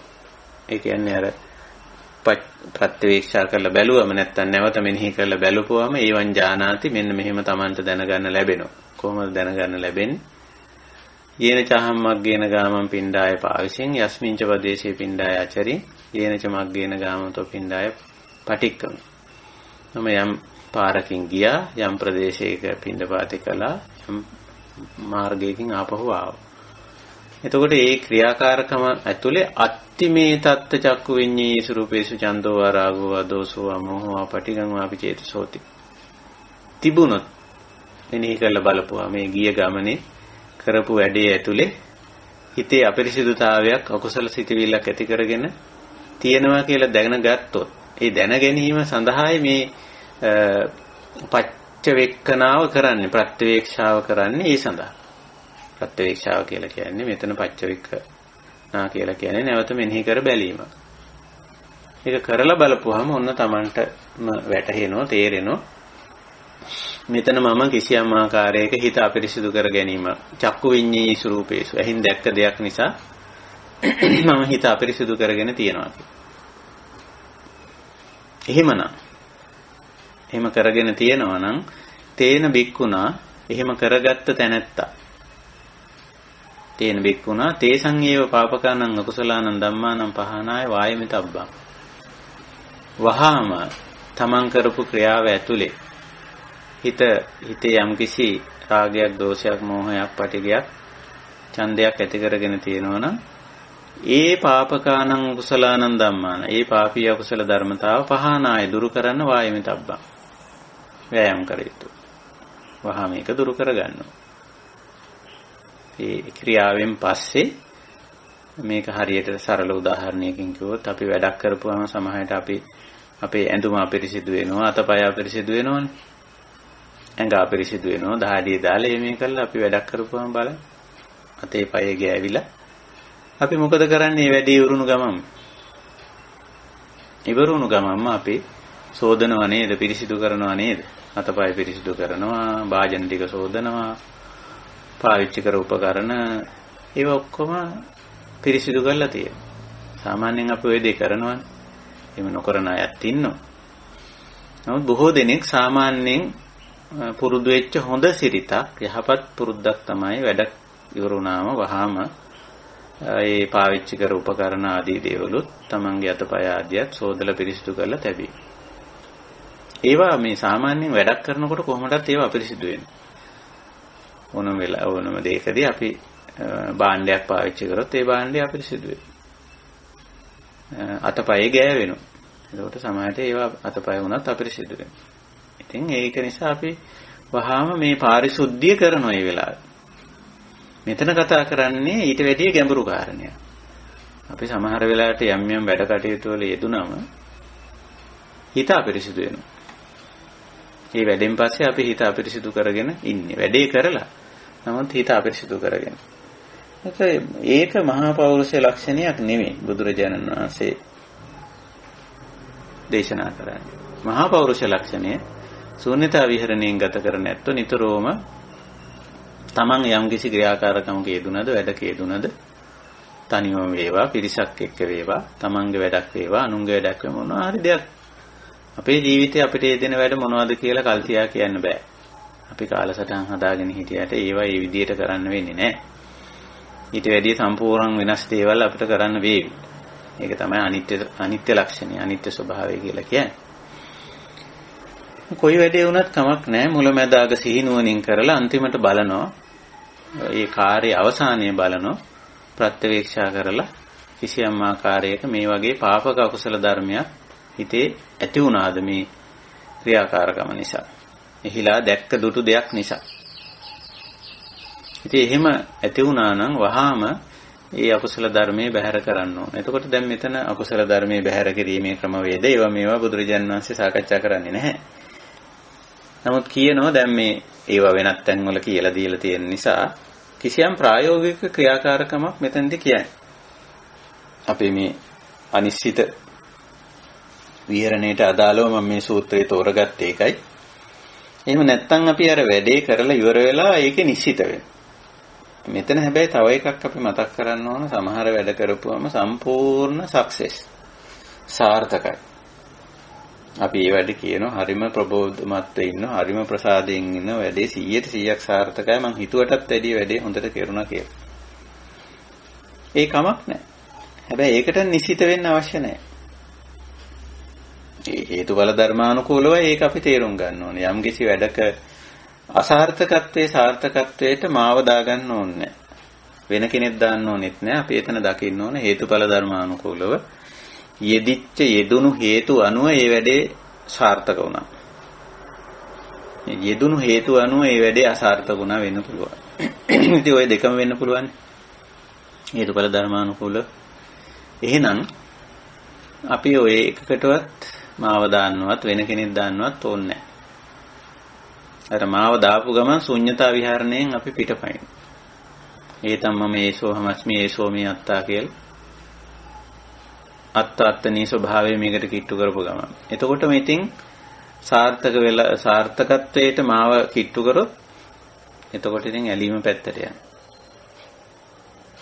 අසාර්ථකත්වයට කිට්ටු කරොත් ගැටීම පැත්තට යනවා. පුද්ගල වෙනත් පුද්ගලයෙකුත් එහෙමයි.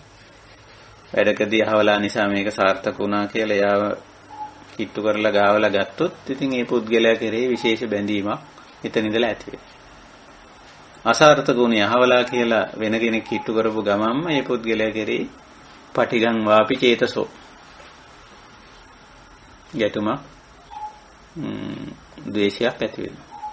ඉතින් ඔන්න ඔය වගේ මේ අපේ තියෙන මේ මමත්වයේ කිට්ටු කිරීමෙන් අත්තත්තනීය ස්වභාවය සම්බන්ධ කිරීමෙන් මේ ගැටලුව පැන නගින. ඒකයි බුදුරජාණන් වහන්සේ ඒකෙන් තොරයි ශූන්‍යතා විහරණයේදී. කිසිම දෙයකට මම ගාවන්නේ නැහැ. වෙන කෙනෙක් ගාවන්නෙත් නැහැ. මේවා හේතුඵල ධර්මානුකූලව තමයි සාර්ථක වුණා නම් සාර්ථක වෙන්නේ, අසාර්ථක වුණා නම් අසාර්ථක වෙන්නේ. ඊළඟට මේ විදිහේ ක්ලේශයක් උපන්නන ඒකටත් හේතු තියෙනවා. චක්කු විඤ්ඤාණයේසු කියලා හේතුව ලස්සනට කියනෝනේ බුදුරජාණන් වහන්සේ.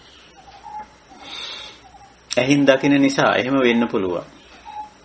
ඇහින් දැක්ක දේ පිළිබඳව චන්දෝවා රාගෝවා දෝසෝවා මෝහෝවා පටිගං වාපි චේතසෝ එහෙම ඇති වෙන්න පුළුවන්. ඉතින් ඒකයි. ඉතින් ඒවා සිද්ධ වෙන්න පුළුවන් දේවල් නිසානේ මෙහෙම දේශනාවක් කරන්නේ. එහෙම දේවල් සිද්ධ වෙන්නේ නැත්නම් බුදුරජාණන් වහන්සේ මේ වගේ දේශනාවක් කරන්න ඕනේ නැහැ. ඒක සිද්ධ වෙන දේවල්. ඒ සිද්ධ වෙන නිසා ඒකට උපදේශයක් දෙන්න තමයි මෙහෙම කරන්නේ. ඉතින් වහාම වැඩේ අවසානයේ පච්චවෙක්කමානෝ ප්‍රත්‍යවේක්ෂා කරලා බලන්න. දැක්ක දුරු දෙයක් නිසා හිත අපිරිසිදු වෙලාද මම මේ වැඩෙන් පස්සේ මං හිත අපිරිසිදු කරගෙනද ඉන්නේ කියලා බලලා එහෙමනම් අලාභයක් වෙලා තියෙන්නේ Tamanට. දැන් වැඩක් ඉවරුණාම අපි ලාභ පාඩු බලනවානේ. එතකොට මේ සාමාන්‍ය ලෝකේ ලාභ පාඩු බැලීමයි අපේ නිවන් මාර්ගයේදී ලාභ පාඩු බැලීමයි කියන දෙක. සාමාන්‍ය ලෝකෙද නම් අපි ඉතින් වැඩක් ඉවරුණායින් පස්සේ මේ වැඩෙන් කොච්චර ලාභද කොච්චර පාඩුද කියලා ආර්ථික වශයෙන් හරි සමාජීය වශයෙන් හරි දේශපාලන වශයෙන් හරි පාරිසරික වශයෙන් හරි එක මිනු වලින් අපි මනල බලනවා මේ වැඩේ ලාභද පාඩුද කියලා. ඒක මේ ලෞකික පැත්තේ වැඩ. මේ ලාභ පාඩු නිවනට අදාළ වෙන්නේ නැහැ. නිවනට අදාළ වෙන්නේ මෙන්න මේ ලාභ පාඩු. එතකොට වැඩේ අවසානයේදී චන්දෝවා රාගෝවා දෝසෝවා මෝහෝවා පටිගං වාපි චේතසෝ එවැනි දෙයක් උපයලා නම් පාඩුයි. අලාභයි. ඒක නිසා ඒක නිවනට බාධාවක්. ඒ නිසා බුදුරජාණන් වහන්සේ කියන්නේ වහාම ඒක අයින් කරන්න. පහනාය වායමිතබ්බං දුරු කරන්න වෑයම් කළ යුතුයි. ඉතින් ඕක තමයි මේ දෙන උපදේශය. ඉතින් ඔතනින් පස්සේ කියනවා යම් කිසි වෙලාවක ඒක එහෙම වෙලා නැත්තම් ඊළඟ කොටසෙදි පැහැදිලි කරන සචේ සාරිපුත්ත බික්කු පච්ච වේකමානෝ එවං ඥානාති යේන චහම් මග්ගේන ගාමං පින්ඩාය පාවසින් යේන ච පදේශේ පින්ඩාය අචරින් යේන ච මග්ගේන ගාමතෝ පින්ඩාය පටික්කමින් නත්ති මේ තත්ත චක්කු විඤ්ඤේ සුරූපේසු චන්දෝ වාරාගෝ දෝසෝ අමෝහෝ පටිගං වාපි චේතසෝකේ නත්ති එහෙම එකක් නැහැ. මම වැඩේක යෙදිලා හිටියට ඒ වැඩේ යෙදීම නිසා මගේ හිත අපිරිසිදු වෙලා නැහැ. කොහොමද දැනගත්තේ? පච්ච වේකමානෝ ප්‍රත්‍යක්ෂා කරලා බලන්න. ඒක ඇති බව හෝ නැති බව දැනගන්න නම් තමන් ප්‍රත්‍යක්ෂා කරන්න ඕනනේ. දැන් අපි ඔය මහා සතිපට්ඨාන දේශනාවේ ධම්මානුපස්සනාවේදී ඔය නීවරණ පබ්බේදී එහෙම සන්තං වාජ්ජත්තං කාමච්ඡන්දං අසන්තං වාජ්ජත්තං කාමච්ඡන්දං අත්තිමේ අජ්ජත්තං අත්තිමේ අජ්ජත්තං ආදී වශයෙන් ඔය භාවනාවේදී උගාක්ම තුලතට ගිහිල්ලා මෙනෙහි කිරීමේ ක්‍රමවේදයක් අපිට දේශනා කරලා තියෙනවා. අපි ඒක පුරුදු කරගන්න ඕන මේ නිවන් මාර්ගයේදී ඇත්තටම සොයා බලන්නේ තමන් ගැනනේ. තමන්ගේ කායික හැසිරීම, වචන භාවිතයේ සිතුම් පැතුම් රටාව ඕකනේ බලන්නේ. ඉතින් ඒක වෙන කෙනෙකු ලව්ව බලව ගන්න බැහැනේ. පච්ච වෙක්කමානෝ ඥානෙය. ප්‍රත්‍යක්ෂා කරලම දැනගන්න ඕන කියලා. ඉතින් ඒ ප්‍රත්‍යක්ෂා කරපුවම ওই දෙකම දැනගන්න පුළුවන්. අත්ති මේ හෝ නැත්ති මේ. ඇති බව හෝ ඇත්නම් ඇති බව නැත්නම් නැති බව. එහෙම කෙලෙස් අකුසල් ඇත්නම් තියෙනවා නම් ඒවා දුරු කරන්න වෑයම් කරන්න ඕන කියලා බුදුන් වහන්සේ අවවාද කරනවා. නැත්තම් නත්ති මේ තත්ත චක්කු විඤ්ඤේ සුරූපේසු චන්දෝ වාරාගෝ දෝසෝ අමෝහෝ පටිගං වාපි චේතසෝ. නැත්තම් මොකද කියන්නේ? එතනත් යමක් කියනවා. තේන බික්කුණා තේනේව පීතිපාමුජ්ජේන විහාතබ්බං අහෝරත්තානු සික්කිනා කුසලේසු ධම්මේසු. මම මේ වැඩේ හොඳට කරලා තියෙනවා. හොඳට කරලා තියෙනවා කියන්නේ අර ලෞකික දෘෂ්ටියෙන් මැනලා සාර්ථකයි කියන එක නෙවෙයි. ආර්ථික වශයෙන් ඵලදායී විදියට කෙරුවා, සමාජීය වශයෙන්, දේශපාලන වශයෙන් මේ වැඩේ හොඳට කෙරුවා කියන එක නෙවෙයි. මෙතන මේ වැඩේ ඇතුලේ මම හිත දූෂ්‍ය කරගෙන නැහැ. හිත අපිරිසිදු කරගෙන නැහැ. කියන එකයි එතන අදහස් කරන්නේ. නත්ති චන්දෝවා, නත්ති රාගෝවා, නත්ති දෝසෝවා, නත්ති මෝහෝවා, නත්ති පටිගංවා. දැන් එහෙම එකක් නැහැ. ඒක වැඩේ යෙදුනට එහෙම එකක් නැහැ. ඉතින් අන්න එතන තියෙන කුසලතාවයක්. ඒකයි කියන්නේ කුසලේසු ධම්මේසු. ඒ කුසලතාවයේ පිළිබඳව තමන් ප්‍රීති ප්‍රමෝදයෙන් යුක්තව අහෝ රත්තානු සික්කි දිවාරය දෙකෙහිම ඒ කුසලතාවය රැකගෙන ඒ කුසලතාවයෙන්ම කටයුතු කරන්න උත්සාහ කරන්න. වැඩක් කරද්දී අපි නිතරම බලනවා ලෞකික වශයෙන් ලාභ පාඩුනේ අපි බලන්න පුරුදු වෙලා තියෙන්නේ. නිවන් මාගේ යන ඇත්තන්ට කියන්නේ අධ්‍යාත්මික ලාභ පාඩු දිහා බලන්න කියලා. අධ්‍යාත්මිකව පාඩු කරගන්න එපා. අලාභ කරගන්න එපා. වැඩවල යෙදෙන්න ගිහිල්ලා. මේ දක්ෂතාවයේ නැති නිසා හුඟක් අය වැඩමග හරිනවා. වැඩමග හරිනවා. මම මේ පින්ඩපාත පාරිශුද්ධ දේශනාව ගත්තේ ඔය කාරණේ විශේෂයෙන් මග හරි. මේ විශේෂයෙන් මතක් කරලා දෙන්න. විශේෂයෙන් මතක් කරලා දෙන්න. මොකද්ද? මේ පැවිදියත්තු හැටියට පැවිදි ජීවිතයේට වර්තමානයේ උරුම වෙච්ච යහපත් වූ නිවැරදි වූ වැඩ කොටසක් තියෙනවා අපිට. ගිහියත්තු හැටියට ධර්ම මාර්ගය නැත්තන්ටත් ගිහි ජීවිත ගත කරනකොට පැවරිච්ච වගකීම් ටිකක්, යුතුයකම් ටිකක්, වැඩ ටිකක් තියෙනවා. මේවා මෙන්න මේ විදිහට පිරිසිදුව කරන්න බැරිකම නිසා වැඩමගාරේ. නමුත් බුදුරජාණන් වහන්සේ කියලා තියෙන්නේ වැඩමග හරින්න නෙමෙයි. මේ වැඩේ සිහි නුවණින් යුක්තව අලාභ කරගන්න එපා, පාඩු කරගන්න එපා.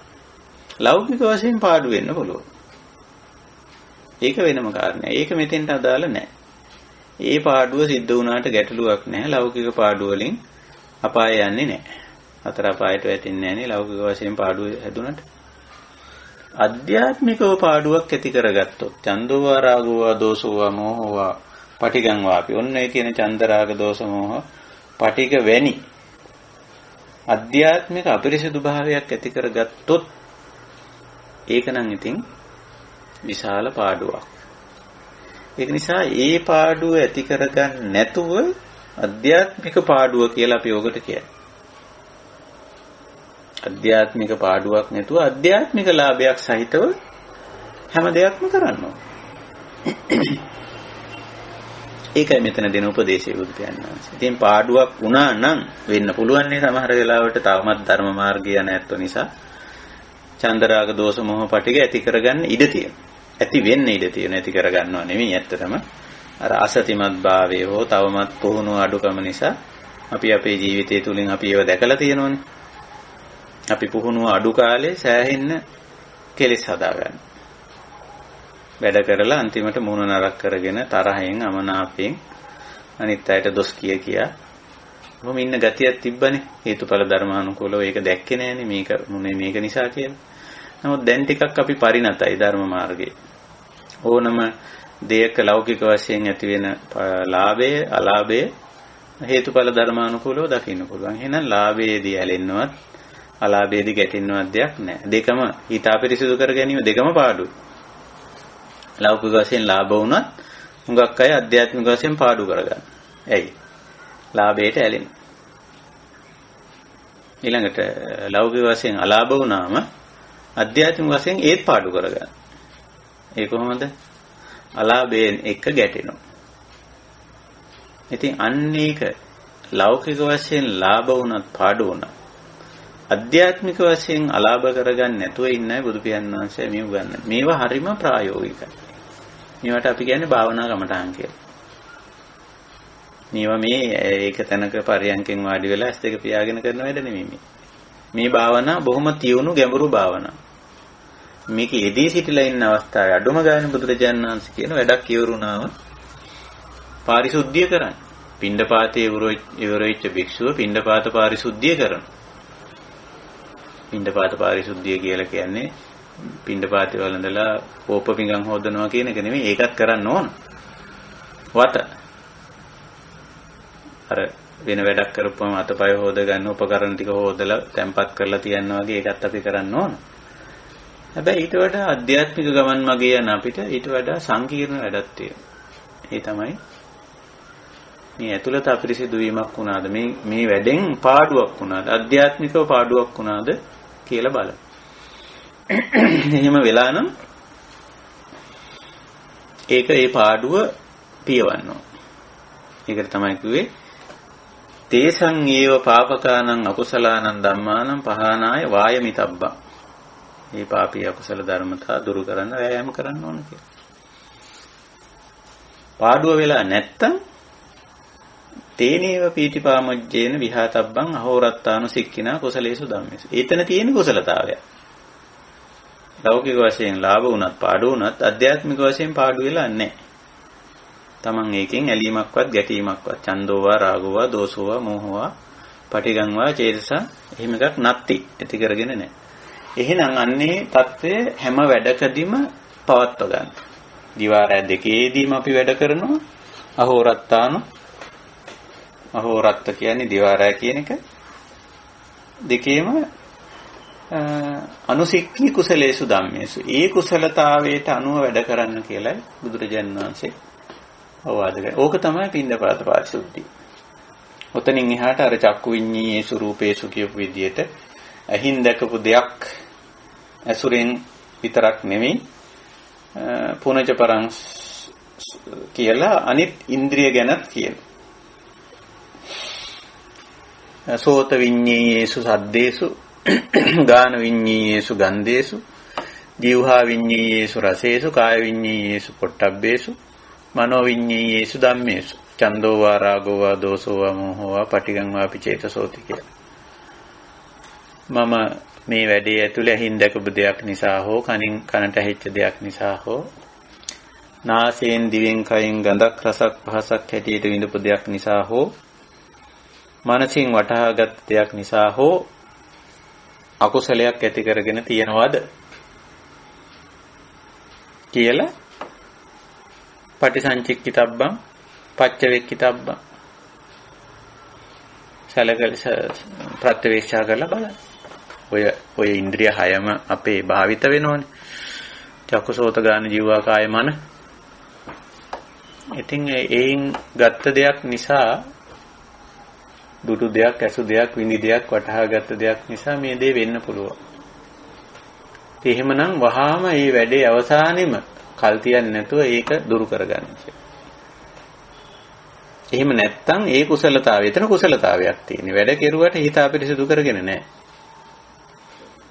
අපිට බැරි ඕක තමයි හුඟක් අය අදක්ෂ ඔය කාරණේට තමයි. වැඩ කරනවා නමුත් වැඩ අන්තිමේ වැඩ අවසානයේ හුඟක් තියෙන්නේ හිත අපිරිසුදු කරගෙන. ඒක තමයි අමාරු. ඉතින් බුදුරජාණන් වහන්සේ අපිට මතක් කරන්නේ හිත අපිරිසුදු කරගන්නේ නැහැ. එපා. අපිරිසුදු වෙලා නම් ඒක වහාම පිරිසුදු කරගන්න.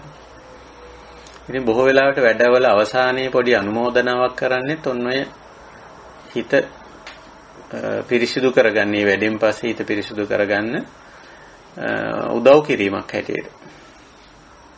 බුද්ධ දේශනාවේ තියෙන්නේ අග්ගේ අනුමෝදිතුම් කියලා. බුදුරජාණන් වහන්සේම අවවාදයක් කරලා තියෙනවා. වැඩක අවසානයේ අර ඒකෙන් අපිරිසිදුවක් වෙයි කියලා හිතෙනවා නම් කට්ටිය ඔක්කොම එකතු කරලා ඒකේ හිත අපිරිසිදු කරගන්න දෙයක් නැහැ මෙතෙන්දී මේ දේවල් උනේ හේතුඵල ධර්මානුකූලවයි කියලා හිත අපිරිසිදු කරගන්න යම් හේතු යෙදිලා තියෙනවා නම් ඒක ධර්මානුකූලව තේරුම් කරලා දීලා හිත පිරිසිදු කිරීමේ වැඩක් ගැන බුදුදහමේ ඉගැන්වෙනවා. ඒක බුදුරජාණන් වහන්සේම දේශනා කරලා තියෙනවා. ඉතින් ඔන්න ඔය විදිහට පිණ්ඩපාත පාරිශුද්ධියෙන් අදහස් කරන දේ මම හිතන්නේ අපේ කල්යාණ මිත්‍රයන්ට පැහැදිලි වෙන්නේ නැති. ඉතින් මේ සූත්‍රයේ පිණ්ඩපාත පාරිශුද්ධිය කියන කාරණේට අමතරව තවත් ඉස්සරහට භාවිතා කළ යුතු දේවල් පිළිබඳව තවත් සාකච්ඡා වෙනවා. ඒ ටික මම අද දවසේ සාකච්ඡා කරන්න බලාපොරොත්තු වෙන්නේ නැහැ. ඉදිරි සාකච්ඡාවකදී ඒ කරුණු ටිකත් කෙටියෙන් සාකච්ඡා කරන්න අපි බලාපොරොත්තු වෙනවා. නැත්නම් සූත්‍රයේ කොටසක් සාකච්ඡා නොකළ වෙනවනේ. ඒක නිසා. ඉතින් අපි මේ ටික ඉදිරියට තියමු. අපි වෙනද වගේම මේ අද අපි කතා කරදී අපේ මේ අනිශ්චිත විහරණයට නොඇලී නොගැටී නොමුලාව ජීවත් වීම සඳහා මේ අද කතා කර පිණ්ඩපාත පාරිශුද්ධි කියන කුසලතාවය. එහෙම නැත්නම් කිසියම් ක්‍රියාකාරකමක් යම් කිසි වැඩක අවසානයේ අපි වැඩේ පිළිබඳව ප්‍රත්‍යවේක්ෂා කරලා බලලා අපි මේ දේ දැනට කරනවා නම් හුඟක්ම හොඳයි. නැත්නම් අපි අද ඉඳලා වුණත් මේ බුද්ධ දේශනාවට අනුව මේ කාර්යය අපිට කරන්න පුළුවන්. පටන් ගන්න පුළුවන්. හැම වැඩක් අවසානයේදීම ටිකක් විමසලා බලන මේ වැඩේ යෙදිනු කාලය තුල මම දැකපු දෙයක්, අහපු දෙයක්, විඳපු දෙයක් නිසා, තේරුණු දෙයක් නිසා මම මගේ පැත්තෙන් අලාභයක් කරගෙනද ඒ කියන්නේ කොටින්ම හිත අපිරිසිදු කරගත්තද කියන එකයි. එහෙමනම් වහාම කල් තියන්නේ නැතුව බුදුරජාණන් වහන්සේගේ අවවාදයේ එවලෙම ඒ ක්‍රියාකාරකම නැත්තම් ඒක දුරු කරන්න වෑයම් කරන්න කියලා. එහෙම නැත්තම් ඒක කුසලතාවයක්. ඒ කුසලතාවයේ හැම වැඩකදීම යොදා ගන්න කියලා. වැඩ කරන්න නමුත් හිත අපිරිසුදු කරගන්න නැතුව කියන්නේ.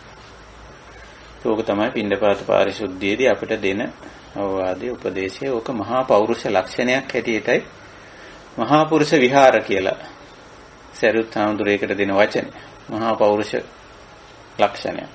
උසස් පෞරුෂ ලක්ෂණයක්. මේ වැඩ කරලා නිකන් කෙලෙස් හදා ගන්නවා කියන්නේ පහත් පෞරුෂ ලක්ෂණයක්. ඒ වැඩෙන් පස්සේ වැඩේ ලෞකික වශයෙන් සාර්ථක වුණත් අසාර්ථක වුණත් කෙලෙස් හදාගන්න නැත්තේ උසස් පෞරුෂ ලක්ෂණය. මහා පුරුෂ විහරණය කියලා ඒකට බුදුරජාණන් වහන්සේ මේ සරියුත් හාමුදුරුවෝ වචනේ දුන්නා. නම් කළා බුදුරජාණන් වහන්සේක ශුන්්‍යතා විහාරකව. මොකද ශුන්්‍යතා විහාර කියන වචනේ යෙදුවේ අපි කරන වැඩ අපිට ඕන හැටියට අපි කැමති විදිහටම කරන්න බෑ. ඒවා ශූන්‍යයි. ශුන්‍යං කියන්නේ අත්තාත්තනීය ස්වභාවයෙන් තොරයි. ඉතින් අන්නේ විදිහට කරනකොට එතන හරි නිදහස්. Taman ඒක එක්ක ඇලිලා ගැටිලා මුලා වෙලා නැහැ. වැඩේ කරාට අපි දන්නවා අපිට ඕන හැටියට අපි කැමති විදිහට මේක කරන්න බෑ. දැන් පිරිසක් එක්ක වැඩක් කරනවා නම් බලන උදාහරණ වශයෙන් ඉතින් අනිත් අයගෙත් අදහස් සැලකිල්ලට ගන්න එපා. අපි කැම ටිකක් හොයන්න ගියත් ඉතින් අනිත් එක්කෙනාගෙන් චුට්ටක් අහනවනේ මොනවද ගන්න කැමති කියලා. අපිට ඕන දේම අපි කැමති දේම යුවොත් එහෙම එතන පොඩි අවුලක් යනවනේ. අනිත් එක්කෙනාගේ රුචිකත්වයේ මනාපේ පොඩ්ඩක් බලන්න නැතු. ඊට වැඩිය සංකීර්ණ, ඊට වැඩිය බරපතල වැඩ, ව්‍යාපෘති බරපතල දේවල් කරන්න ගියාම ඉතින් එහෙනම් ශුන්‍යයි. ශුන්‍යං ඉදන් අත්තේනවා අත්තනීය. අත්තාත්තනීය ස්වභාවයෙන් තොරයි අපි කරන හැම වැඩක්. හැබැයි අත්තාත්තනීය ස්වභාවයට දාගත්තොත් එහෙම ඉතින් අපි අපිරිසුදු වෙනවා. ඒකයි බුදුරජාණන් වහන්සේ මේ විහරණය සරියුත් හාමුදුරුවෝ මහා පුරුෂ විහරණය කිව්වා. බුදුරජාණන් වහන්සේ ඒක ශූන්‍යතා විහරණය කියලා කිව්වා. දෙකක් නෙමෙයි. වචන දෙකක් වුණාට කුසලතාවය එකයි. හොඳයි. මම ඔතකින් මගේ සාකච්ඡාව නිමා කරනවා. වෙනදා වගේම අපි ගෞරවයෙන් ආරාධනා කරනවා අපේ ධම්සභාවේ ඉන්න කල්යාණ මිත්‍රයන්ට අපේ ධර්ම සාකච්ඡාවට යමක් එකතු කරන්න තියෙනවා නම් එකතු කරන්න කියලා ප්‍රශ්න ගැටළු ආදී දේවල් සහ මේ විහරණය තුල Taman දැනටමත් ඉන්නවා නම් ඒ පිළිබඳ අත්දැකීම් කරන කියන දේවල් ඒ වුණත් අපිට බෙදා හදා ගන්න පුළුවන්. ඒ වගේ දේවල් තියෙනවා නම් අපි එහෙනම් ආරාධනා කරනවා ධම්සභාවට සාකච්ඡාවෙන් එකතු වෙන්න කියලා. තෙරුවන් සරණයි අවසරයි ස්වාමීන් වහන්සේ. තෙරුවන් සරණයි. ස්වාමීන් වහන්සේ මට මේ පොඩි වචන කීපයක් පැහැදිලි කරගන්න. දැන් මේ සූත්‍රෙත් ගොඩාක් යෙදුණා මේ ඥානාති කියන වචනය ඔබ වහන්සේ සැරින් සැරේ මට මතකයි කියලා දුන්නා. හැබැයි මට ඒ ටික එක ගොන්නක මතක මේ ගලප ගන්න බැරුව ගියා ස්වාමීන් වහන්සේ. දැන් ඥානාති තව තියෙනවානේ ස්වාමීන් වහන්සේ සංජානාති විජානාති කියලා වචන. අන්නේ ටිකේ වෙනසයි ඊට ඔපොසිට් තියෙන පජානාති ඒක නම් ඔබ වහන්සේ කීප ගමනක් මම මෙව්වා කළා විශේෂයෙන් දැන ගැනීම කියලා. අන්න ඒක චුට්ට පැහැදිලි කරලා දෙන්න ස්වාමීන් වහන්සේ. තෙරුවන් සරණයි. ඔව් මේ අපේ මৌলিক මානසික හැකියාවක් තියෙනවා මේ නාම ධර්මයක් තියෙනවා. නාම ධර්ම අතරේ තියෙනවා සංඥා කියන නාම ධර්ම. වේදනා සංඥා චේතනා පස්ස මනසිකාර කියලා නාම ධර්ම විග්‍රහ කරද්දී නැත්නම් නාම ධර්ම පැහැදිලි කරද්දී බුදුරජාණන් වහන්සේ පෙන්නනවා මේ වේදනා සංඥා චේතනා පස්සෝ මනසිකාරෝ කියලා. සංඥා කියන්නේ අර නාම රූපයක මූලික වශයෙන් ඇති වෙන මූලිකම මේ හැකියාවක්. සංජානනය කර ගැනීමේ හැකියාව. ඒක ස්වභාවික ස්වභාවයෙන් ලැබෙන දෙයක් හැම සත්‍යයකටම. යමක් තේරුම් ගන්න පුළුවන් හැකියාවක් තියෙනවා. එතකොට මේ හැකියාව ඒ සත්‍යයේ ඉන්ද්‍රිය මුහුකුරා ගියා. මේ කියන්නේ ඇස, කන, නාසය, දිවකය කියලා දැන් අපේ පැත්තෙන් ගත්තොත් අපිට ඉන්ද්‍රිය 6ක් තියෙනවානේ. ඇස, කන, නාසය, දිවකය, මන කියලා.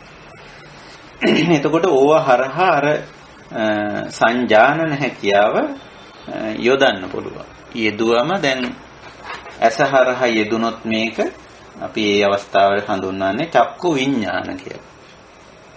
එතකොට ඇසහරහා යෙදුනොත් ඔන්න රූපය අඳුනන්න පුළුවන්. රූපේ වර්ණය, ඒකේ දිග පළල උස මහත හැඩය පිළිබඳව යම්කිසි හැඳිනීමක් වෙනවා. කනට ඇහෙන ශබ්දයක යෙදුවොත් මේ සංජානන හැකියාව, ඒ කියන්නේ ඒකට කියන්නේ සෝත විඥාන කියලා. එතකොට ශබ්දයේ යම්කිසි ගුණාංග තියෙනවා නම් ඒකේ තීව්‍රතාවය හෝ මිහිරියා හෝ අමිහිරියා මොනවා හරි දෙයක් හඳුන ගන්න ඕනේ. ඔය විදිහට මේ සංජානන හැකියාව සංඥා විඤ්ඤා බවට පත් වෙනවා. ඊළඟට ඔය ස්වභාවය ඉතින් දියුණු වුණාම තවත් ඉස්සරහට හොඳ නරක වගේ දේවල් තේරුම් ගත්තම අපි ඒවට කියන පඤ්ඤා කියලා. තවත් දියුණු කරන්න පුළුවන් ওই ඥානන හැකියාව. ඒකයි ඥා යෙදිලා තියෙන්නේ. සංඥා විඤ්ඤා පඤ්ඤා. ඒතකොට තවත් හොඳ නරක තේරෙනකොට ඒක පඤ්ඤා මට්ටම. තවත් ඉස්සරහට ගිහිල්ලා මේ නාම රූප ධර්ම වල අනිත්‍ය අනාත්ම ස්වභාවය වැනි ගැඹුරු ධර්මතා අවබෝධ කරගන්න මට්ටමට එනකොට අභිඥා කියලා කියනවා. එතකොට සංඥා විඤ්ඤා පඤ්ඤා අභිඥා. ඊට පස්සේ ඔය අවබෝධය එක්තරා තැනකදී පරිපූර්ණ වෙනවා. හැබැයි පරිපූර්ණ වෙන්නේ අර ලෞකික පැත්තේදී නෙමෙයි. අධ්‍යාත්මික පැත්තේදී අපේ මේ අවබෝධය පරිපූර්ණ වෙනවා. සියල්ලේ යථා ස්වභාවය ප්‍රත්‍යක්ෂ වෙනවා. ඒ මට්ටම හඳුන්වන්නේ පරිඥා කියලා. එතකොට ඔන්න ඔය විදිහට අපි යම් යම් දේවල් සරලව දැනගන්න මට්ටමේ සිට අර පඤ්ඤා විඤ්ඤා පරිඥා දක්වාම මේක වර්ධනය වෙනවා. එතකොට දැන් මෙතන සූත්‍රයේ යෙදලා තියෙන වචනේ ඥානාති කියලා. දැනගන්නවා කියන අර්ථය. එතකොට මෙතන දැනගන්නවා කියන අර්ථය සාමාන්‍යයෙන් කරුණ වශයෙන් දැන් තමන් පින්ඩපාතේ ගියාම මෙහෙම දෙයක් වුණාද කියලා තමන්ම දැනගන්නවා. මේ ඒවන් ඥානාති මෙන්න මෙහෙම දැනගන්නවා පච්චවෙක්කමානෝ ප්‍රත්‍යවේක්ෂා කරමු. මෙතන කියන්නේ සාමාන්‍යයෙන් මෙනෙහි කරපුවාම නැත්තම් ආපහු ස්මරණය කරලා මතක් කරලා බලපුවාම මම මේ වැඩේ මෙහෙම පටන් ගත්තා මෙහෙම කළා මේ විදියට අවසන් කළා කියලා අපිට පුළුවන්කම තියෙනවා මේ ආසන්න වශයෙන් කර වැඩේ නැවත මෙනෙහි කරලා බලන්න. මේ වැඩක් ඉවරුනාම සාමාන්‍යයෙන් අවසන් වෙච්ච වෙලාවේ පුළුවන්. පස්සේ ගොඩක් පස්සට ගියාම නම් අමාරුයි. නමුත් මේ වැඩේ කරලා අවසන් වුණු ගමන්ම අපිට පුළුවන්කම තියෙනවා මේ වැඩේ මම මෙහෙම පටන් ගත්තා මෙහෙම කළා මෙහෙම අවසන් කළා කියලා අර මනසින් ඒක මෙනෙහි කරන්න පුළුවන්. පච්චවෙක්කමානෝ කියන වචනේ යෙදුවේ ඒකයි. එහෙම ප්‍රත්‍යවේක්ෂා කරපුවාම තමන්ම දැනගන්න වෙන්න මෙතන මෙහෙම දෙයක් වුණා කියලා. අවබෝධ කර ගැනීම මෙතන අදහස් කරන්නේ. ඉතින් ඥානාති කියන එක සාමාන්‍ය සරල වශයෙන් දැනගන්නවා කියන එක. ඒක පජානාති කිව්වොත් හුඟක්ම ගැඹුරින් දැනගන්න එක. ওই විජානාති, පජානාති, සංජානාති, අභිජානාති, පරිජානාති, ඥානාති කියන වචනේ ඉදිරිය තියෙනවා ධර්මයේ තැන් වල. ඒ ස්ථානයට අනුව දැන් මෙතන ඥානාති කිව්වම ටිකක් මේ නිකන් සරලව දැනගත්ත විතරක් නෙවෙයි දැන් මේක ක්ලේශයක් ඇති වුණා කියලා දැනගන්නත් ඕනනේ. ඒ ක්ලේශයක් බවක් දැනගන්න. එතකොට දැන් සාමාන්‍යයෙන් නිකන් යම්කිසි කරුණක් දන්නවා කියන අදහසට වැඩිය ගැඹුරු අදහසක් මෙතන හැඟෙනවා. ඥානාති කියන වචනේ යෙදලා තිබුණාට සංජානාති නෙමෙයි යෙදලා තියෙන්නේ ඥානාති කියලා. එතකොට නිකන් දැනගත්ත නෙමෙයි මේ මම වැඩක් කරා. ඒ වැඩේ ඇතුලේ මගේ හිත පොඩ්ඩක් අපිරිසිදු වුණා. හිත නරක් වුණා මෙතන. එතකොට ඒ හිත නරක් වීම සුදුසු නැහැ. හිත නරක කර ගැනීම සුදුසු නැහැ. මේ ක්ලේශයක් හදා ගැනීම සුදුසු නැහැ කියලා කිසියම් ආකාරයක ටිකක් ගැඹුරු තේරුම් ගැනීමක්. අර කාරණේ හිත නරක් වුණා කියලා දැක්ක විතරක් නෙමෙයි. ඒක අකුසලයක් බව දැනගන්න එපා. චන්දෝවා රාගෝවා දෝසෝවා මෝහෝවා කියලා. ඉතින් ඒ විදිහටත් දැනගන්න මේක අකුසලයක් බව. හිත අපිරිසිදු වුණ බවක් දැනගන්න, මේක අකුසලයක් බවක් දැනගන්න. ඉතින් දැනගෙන මේක දුරු කළ යුත්තක් බවක් තේරුම් ගන්න. ඉතින් ඔන්න ඔය දේවල් ටික දැන ගැනීම තමයි මෙතන ඥානාති කියන්නේ. ඉතින් අර සාමාන්‍ය දැන ගැනීමට වඩා ටිකක් පුළුල්. මෙතන ඥානාති කියන වචනෙන් අදහස් වෙන දේ ටිකක් පුළුල්. එහෙමයි. අනිත් එක ස්වාමීන් වහන්සේ මට දැන් මේක උන්කන් දෙනකොට මට මේව වුණේ දැන් මගේ පැත්තෙන් නම් භාවනාව පැත්තෙන් දැන් ඕක විතින් විට කෙරෙනවා. නමුත් මට තේරුනේ මේ සූත්‍රයට උන්කන් දෙනකොට මේ ෆ්‍රීකවන්සි එක නම් වැඩි කරන්න ඕනේ කියලා. ඒ වගේම මම අද ඉගෙන ගත්ත පාඩමක් අර දැන් අපි ප්‍රත්‍යවේක්ෂා කරනකොට යමක් සාර්ථක වෙලා නම් ඒක සතුටු වෙන එකයි, අසාර්ථක වෙලා තියෙනවා නම් ඒකට නැවත උත්සාහ කරන එකයි කියන වගේ එකක් ආවා. ඒ වගේම ස්වාමීන් වහන්සේ අර දැන් අපේ ග්‍රාමීය විවාහේ තියෙනවනේ ගෙවල් වල කනබත් පතට ණය වෙන්න එපා කියලා වගේ. අන්න ඒ වගේ නිකන් මට හිතුනේ දැන් අපි අර ධර්ම මාර්ගයේ අනෑය විදිහට ඒ ප්‍රත්‍යවේක්ෂාව ඒ විදිහට කෙරෙන්නේ නැත්නම් නිකන් අර ඒකට ණය වෙන ගතියක් වගේ හැඟීමකුත් ආවා. ඒක තමයි මට කියන්න ඕනේ ඔබ වහන්සේට ගොඩාක් පිං. එතනට මම පොඩි තව කාරණයක් ඇතුල් කරන්න ඕන මේ ලෞකික වශයෙන් තමයි ඔය කනබත් පතට ණය වෙනවා. හරි නැත්නම් ඒක මේ ලෞකික දෘෂ්ටියෙන් ඉදිරිපත් කිරීමක්. ඒ කියන්නේ නමුත් අපි ආධ්‍යාත්මික ගමනේදී කරන්නේ දැන් අපිට කෙනෙක් දැන් අපි පැවිදියත්ෝ කියලා හිතන්නකෝ. දැන් අපි පැවිදියත්ොන්ට කියලා තියෙන්නේ අපිට දායකයෝ දම්පැන් දෙනවා. ආරාම හදලා දෙනවා, සිවුරු පිරිකර දෙනවා, පින්ඩපාතේ සිව්පසේ දෙනවනේ. එතකොට දැන් ඒකට ණය නොවී ඉන්නේ කොහොමද කියන එක බුදුරජාණන් වහන්සේ දේශනා කරලා තියෙනවානේ. දැන් ඒ ණයගැති භාවය කියන්නේ තමන් ඒ දේ වළඳලා තමන් අධ්‍යාත්මිකව දියුණුවක් ඇති කරගත්තේ නැතුව තමන් ඒකෙන් ක්ලේශයක් හදාගත්තොත් නැත්නම් දුරාචාරයේ දුස්චරිත ජීවිතයක් ගත කරොත් අන්න ඒක තමයි බුදුරජාණන් වහන්සේ ණයගැති භාවය හැටියට දක්වලා තියෙන්නේ. දැන් ලෞකික දෘෂ්ටියෙන් නම් මේ කියන්නේ අපි එහෙම දෙයක් කරොත් අර ඒකට මේ ණයගැති වෙන්නේ නැතුව ඒකට සෑහෙන මෙහෙයක් කරන්න හෝ එහෙම නැත්නම් ඒක පුළුවන් උපරිම සාර්ථකත්වයෙන් ඒ වැඩේ ඉවර කරලා දෙන්න හෝ ඒ වගේ පැත්තක් නේ කතා කරන්නේ. ඔය ණයගැතිභාවය ගැන කියනකොට. ඉතින් ණයගැතිභාවය අධ්‍යාත්මික පැත්තේ ලෞකික පැත්තේ දෙවිදියකට කියවෙනවා. මේ පැත්තෙන් කියවෙන්නේ අපි ණය වුණා කියන්නේ අනිවාර්යෙන් අපි ඒකේ ක්ලේශයක් හදාගත්තොත් අන්න එතන ණයගැතිභාවයක්. නැත්නම් ඒක නොවිය යුත්තක්. ඒකයි ස්වභාවය. එහෙමයි ස්වාමීන් වහන්සේ කොහොම හරි මේ අපේ ප්‍රතිපදාවට ඉතාමත් වටිනා සූත්‍රයක් කියලා මගේ හැඟීම ඔබ වහන්සේගේ දෙපා නැමද පුණ්‍යානුමෝදනා කරමින් මම නවතින්නම්. තෙරුවන් සරණයි. තෙරුවන් සරණයි. අවසරයි ස්වාමීන් වහන්සේ. ඔව් කියන්නේ. ස්වාමීන් වහන්සේ මේ සුන්නත විහරණයෙන් ගත කරනවා කියන එකත් එදිනෙදා ජීවිතයේදී භාවනා යෝගීව ගත කරනවා කියන එකත් ඒ දෙක එකම දෙයක් වගේ නේද ස්වාමීන් වහන්සේ? ඔව් එක තැනකට ආපුවම එකක් තමයි. ඒ කියන්නේ දැන් එදිනෙදා ජීවිතයේ වැඩ ඇතුළේනේ මේ ශූන්‍යත විහරණය ගෙනියන්නේ. දැන් ඒක එහෙමයි. ඒකනේ බුදුරජාණන් වහන්සේ එදිනෙදා ජීවිතයේ වැඩක් මෙතෙන්ට සම්බන්ධ කරලා කිව්වේ. දැන් භික්ෂු ජීවිතයේ එදිනෙ අනිවාර්යෙන් කරන එදිනෙදා ජීවිතේ අනිවාර්යෙන් කරන වැඩක්නේ. ඉඳපත යනවා කියන එක. එහෙමයි. ඒ අනුව අපි දැනගන්න ඕන අපේ ජීවිතයේ එදිනෙදා වැඩ අපිට වැඩ ලොට් එකක් තියෙනවා, වැඩ ගොඩක් තියෙනවා. මේ හැම එකක් ඇතුළෙම මේ අර ලෞකික පැත්තෙන් සාර්ථකත්වය අසාර්ථකත්වය බලන්නනේ අපි හුඟක් උත්සාහ කරලා තියෙන්නේ. එහෙමයි. නමුත් අපි ඒකත් කරමු. අපි ලෞකික පැත්තෙන් අපි මේ කැම ටික උයනවා නම් ඒක හොඳටම උයමු. කරම උත්සාහ කරලා ඒක ගුණවත් විදියට, තව උන්නන් රසවත් විදියට අපි ඒක කරනවා. දෙදි ටික හොදනවා නම් ඒක හරියටම කරනවා. මිදුලම දිනනවා නම් හරියටම කරනවා. රසාව කරනවා නම් ඒකේ උපරිම ඵලදායීතාවය ලැබෙන විදියට ඒ රැකියාව අපිට කරන්න පුළුවන්. ඒ ලෞකික පැත්තෙන් මේ ගත යුතු මේ ඉහළම සාර්ථකත්වයේ ගන්න එපා කියන එක නෙමෙයි මේ කියන්නේ. ඒක වෙනුවෙන් අපි සාමාන්‍යයෙන් කටයුතු කරන කවුරුත් එහෙමයි. හැබැයි ඒ හැම වැඩකදීම මේ ශූන්‍යතා විහරණය පවත්වා ගන්නවා. ඒකයි ස්වභාවය නේද?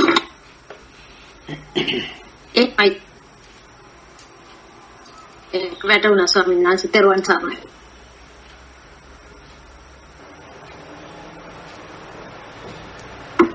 ස්වාමීන් වහන්සේ අවසරයි ස්වාමීන් වහන්සේ.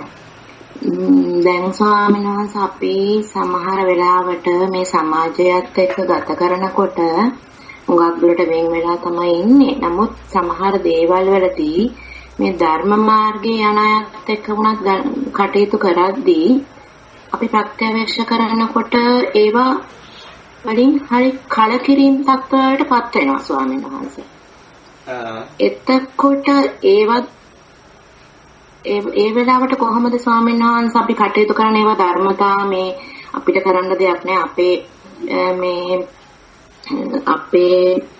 මේ ඒවා සියල්ලම අනාත්ම ධර්මතා කියලා අපි අපේ කන්ට්‍රෝල් එකේ තියෙන දේවල් නෙමෙයි කියලා අතහැරීමක් කළ යුතුද නැත්නම් කොහොමද ස්වාමීන් වහන්සේ? දැන් සමහර වෙලාවට මට ඒ වගේ අවස්ථාවලට පැමිණලා තියෙනවා ස්වාමීන් වහන්සේ. ඔව් එහෙම තියෙනවා. අපි ප්‍රායෝගිකව ගත්තොත් මෙහෙම. අපි හිතන දැන් අපේ එදිනදා ජීවිතයේදී අපි ඔන්න වැඩ කටයුතු කරනකොට අපි වැඩ බෙදා ගන්නවානේ. දැන් ඔන්න මම කියනවා මේ මගේ වැඩක් තියෙනවා. ඔයාටත් පුළුවන් ද මේක ටිකක් කරලා දෙන්න කියලා අපි සමහර වෙලාවට වැඩ බෙදා ගන්නවා. ඉතින් එයත් බාර ගන්නවා හරි මම මේක කරලා දෙන්නම් මේ කියලා. ඉතින් දැන් ඔන්න අපි බලාපොරොත්තු වෙමින් ඉන්නවා හවලා මේ වැඩේ කරලා දෙයි ආදි වශයෙන්.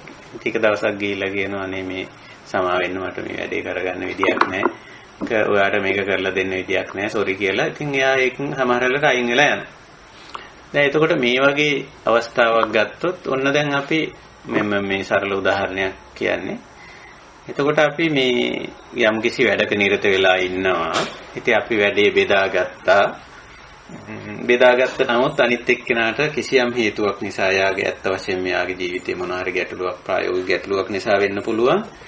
එහෙම නැත්නම් ටිකක් දුර කරගෙන යනකොට යාට මේකට රුචිකත්වේ නැති වෙන්න පුළුවන්. ඒ මොන හරි හේතුවක් නිසා යා මේක අතරමඟ මේ අතහැරලා දානවා. නැත්නම් බෑ කියලා ප්‍රතික්ෂේප කරනවා. දැන් මේක ඇතුලේ අපේ වැඩේම කොටස්කාරයෙක් නෙමෙයි සම්බන්ධ වෙලා වැඩ කරපු කෙනෙක් නේ.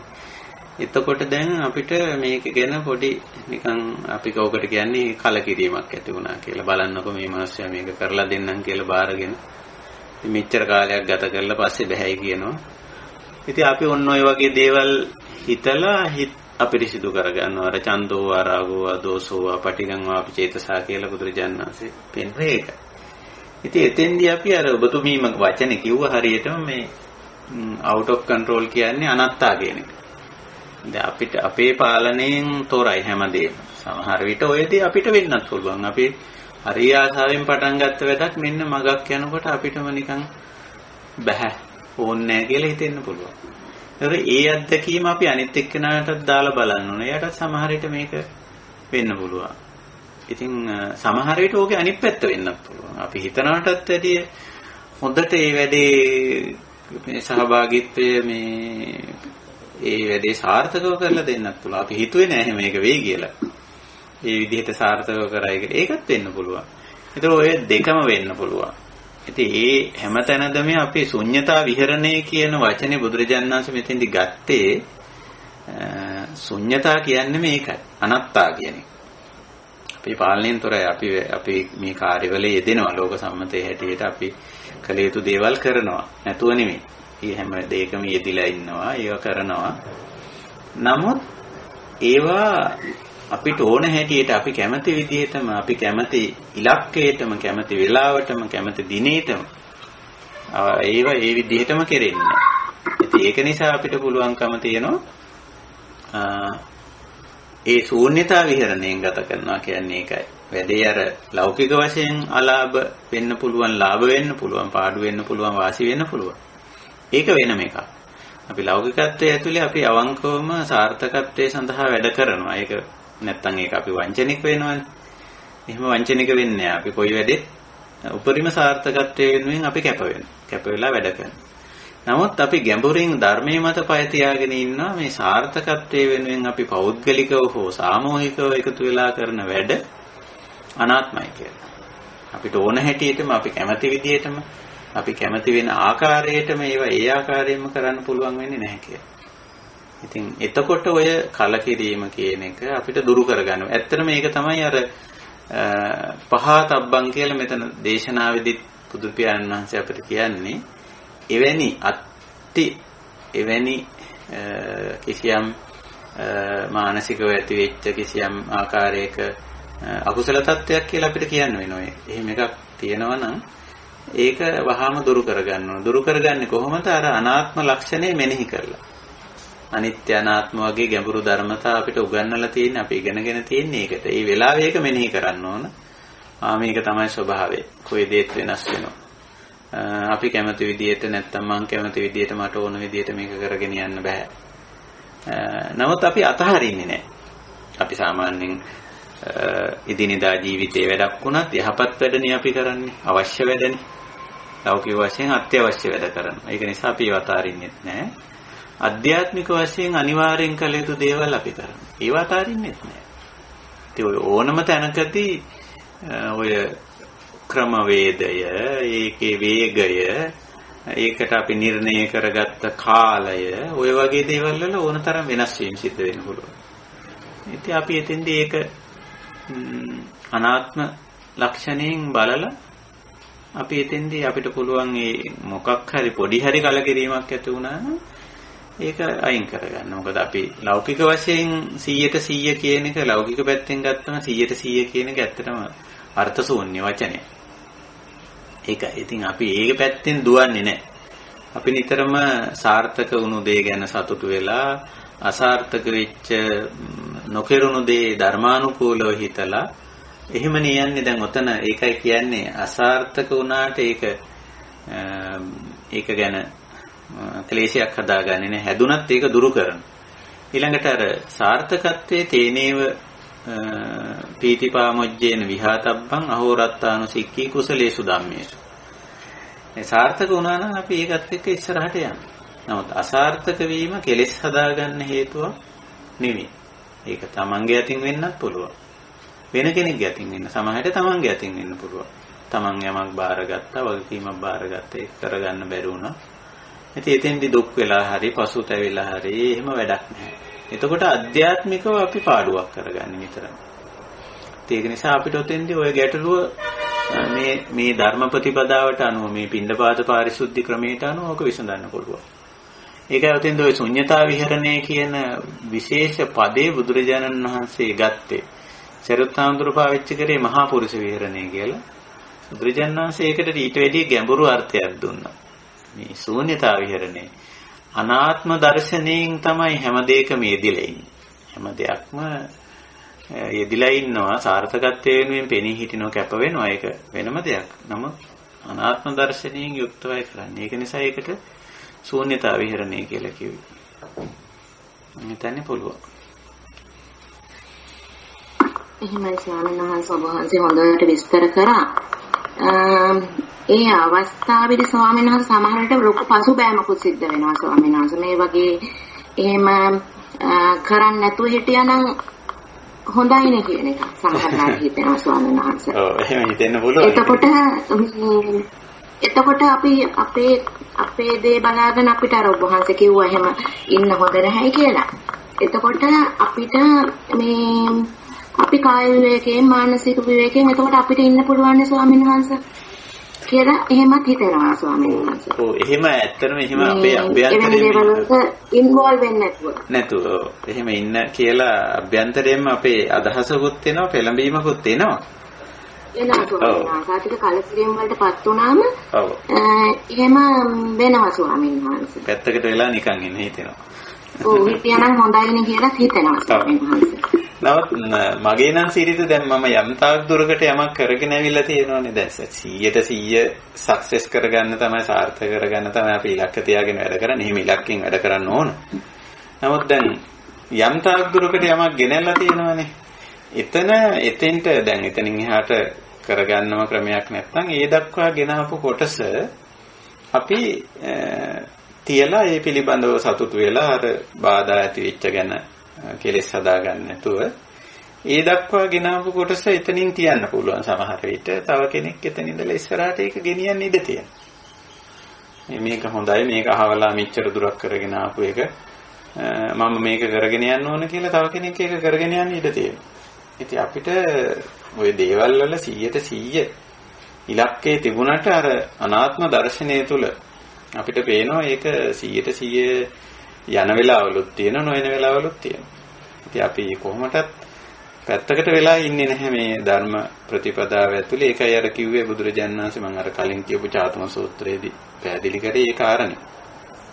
ඒකත් සරියුත්හාමුදුරන්ටම ඇත්තටම සරියුත්හාමුදුරෝ ඒක මතු කරේ අපි වෙනුවෙන්. එතන මේ චාතුම සූත්‍රයේ හරි වැදගත්.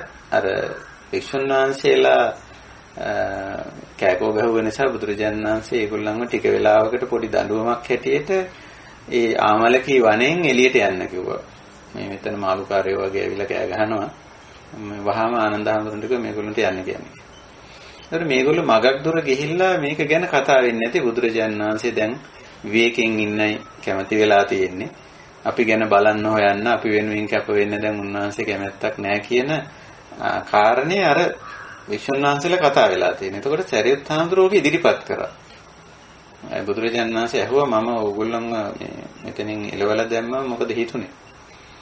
ඉතින් සරියුත් හාමුදුරුවෝ ඉදිරිපත් කරේ අරගොල්ලන්ගේ අදහස. ඒගොල්ලන්ට හිතුණා මේ දැන් මේ මෙහෙම විවේකයෙන් ඉන්න තමයි පැත්තකට වෙලා ඉන්න තමයි බුදුරජාණන් වහන්සේගේ කැමැත්ත. ඒක නිසා අපිත් එහෙම ඉන්න එක හොඳයි කියලා හිතුණා. එතකොටම බුදුරජාණන් වහන්සේ ඒක සම්පූර්ණ ප්‍රතික්ෂේප කළා. ආගමේහි සාරිපුත්ත කියන්නේ ඒක එහෙම කතා කරන්න එපා. ඒක වැරදි. ඔක කොතනින් නතර කරගන්න. අපි මේකට කැප වෙලා වැඩ කරන්න ඕන කියන එක. එතකොට ඒක තමන්ගේ පැත්තෙන් යනවා නිතරම. මේක බුද්ධ ශාසනයේ හැටි. මේ අපි කරන්නේ මේ ලෞකික වැඩවලට නෙමෙයි මේ අධ්‍යාත්මික වැඩේට කල්යාණ මිත්‍රත්වයෙන් කරන වැඩේට සම්පූර්ණ කැප වෙලා වැඩ කරනවා. ඉතින් අපි කවුරුත් එහෙම හිතාගත්තොත් ශාසනික වැඩ සාර්ථකව ඉදිරියට යන්න පුළුවන්. ඒකයි දැන් සමහරු අනිත් අය කරන්නේ නැහැ කියලා සමහරව පසුබට වෙනවා. අපි විතරක් මොකටද කරන්නේ කොහොමද අනිත් අය කිසි උනන්දුවක් නැහැ නේ කියලා එහෙමත් වෙනවා. ඉතින් එහෙම ඕනේ නැහැ. ඉතින් ඒ චාතුම් සූත්‍රයේදී අන්තිමට බුදුරජාණන් වහන්සේ කියනවා අහං හිවා භික්කවේ මම හරි නැත්නම් සාරිපුත්තෝවා මොග්ගල්ලානෝවා කවුරු හරි මේ වැඩේට කැප වෙන්න ඕන කියලා. මෙතන කැපවීම කියලා කිව්වේ අර ශාසනයේ ඉදිරිය වෙනුවෙන් අර විදියට හැසිරුණු භික්ෂුන් වහන්සේලා හික්මවා ගැනීමේ කටයුත්තට අපි කවුරු හරි කැප වෙන්න ඕන. අපි විවේකයෙන් ඉන්න පැත්තකට වෙලා ඉන්න සුදුසු පිරිසක් නෙවෙයි කියලා. ඉතින් ඒක නිසා අර පසුබෑම් තියෙනවා. දැන් එතනත් එහෙමනේ. අර සිද්ධියේදී. ඉතින් ඒ සිද්ධියේදීත් එහෙම යම් පසුබෑමක් සිද්ධ වුණා යම් කිසි සිද්ධියක්. නමුත් අතහැරියේ නෑ බුදුරජාණන් වහන්සේ. කවුරුත් හිතුවේ බුදුරජාණන් වහන්සේ දැන් මේක අතහැරලා දාලා කියලා. බුදුරජාණන් වහන්සේ අතහැරියේ නෑ. ඊට පස්සේ ගෙන්නලා ඒගොල්ලන්ගේ තොරතුරු කතා කරලා ලස්සන අවවාදයක් කරනවා. ඒ චාතුම සූත්‍රය වැත්තන්ට කියවලා බලන්න පුළුවන්. මේ ඉතින් ඒකයි ස්වરૂපේ. පසුබෑම් නැතුව නෙමෙයි. නමුත් අපි අනාත්ම දර්ශනය තුල හිටගෙන සිහිනුවණින් වීර්යයෙන් වැඩ කරොත් අපි කරගෙන ආපු කොටස උනත් අපිට ඒක තේනේව කුසලේසු ධම්මේසු අහෝරත්තානුසික්ඛී කුසලේසු ධම්මේසු කියපු විදිහට පීතිපාමොජ්ජේන එතන ප්‍රීතියක් ප්‍රමෝදිත භාවයක් අපිට තියාගන්න පුළුවන්. මොකද අපි වැඩේ 100ක් අපේක්ෂා කරාට 20ක් හරි ඉවර කරා. ඉතින් 20 ගැන පීතිපාමොජ්ජ. ඒක තුල තමයි අපි යන්නේ. ඉතින් අපිට කොයි වෙලාවකවත් එහෙම පසුබට වෙන්න හේතුවක් ඇත්තටම ධර්ම මාර්ගයේ නම් නැහැ. මේ ධර්ම ප්‍රතිපදාව තුල නැහැ. එහෙමයි.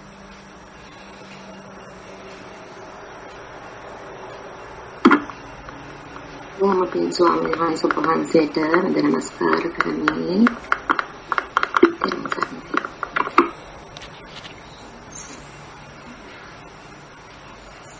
ගරුතර ස්වාමීන් වහන්සේ තිරුවන් සරණයි.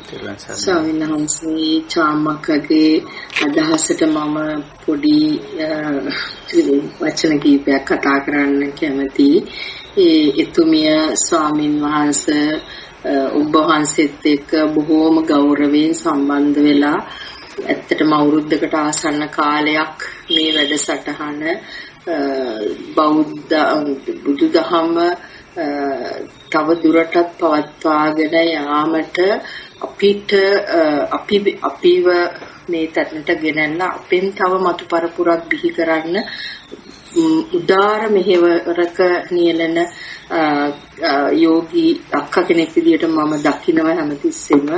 ඉතින් එතුමිය මං හිතන්නේ මොනවා හරි මේ සම්බන්ධව මේ කරන වැඩ කටයුතු සම්බන්ධව පසුබෑමකට ලක් වෙලා තියෙනවා කියලා මට හිතෙනවා. අපිත් ස්වාමීන් වහන්සේ යම් වැඩ කොටස් බාරගෙන තියෙනවා. අනිවාර්යෙන් ඒවා ඒ විදියටම වතු කාලේන කරලා දෙන්න මගේ හිතේ අදහස තියෙනවා ස්වාමීන් වහන්සේ. මේ වෙලාවේ මම මේ අක්කගෙන් බොහොම ගෞරවයෙන් ඉල්ලා සිටිනවා. ඔබ වහන්සේ මේ දැන් කියපු දේවල් හිතට අරගෙන තව තවත් ලොකු මෙහෙවරක් කරන්න ඔබ වහන්සේ එතුමියටත් ඔබ වහන්සේටත් ලොකුම ශක්තියක් ධෛර්යයක් නැවත වතාවක් උද්දීපනයක් වෙන්න කියලා මම ප්‍රාර්ථනා කරනවා ස්වාමීන් වහන්සේ. පළමුවෙන්ම දෙවනම ස්වාමීන් වහන්සේ මේ රටේ තියෙන කොරෝනා තත්ත්වයක් එක්ක අද අපි බැලුවොත් ස්වාමීන් වහන්සේ අපේ දිනදා ජීවිතයේ වැඩ කටයුතු ඒ අයුරින්ම ගලාගෙන යනවා.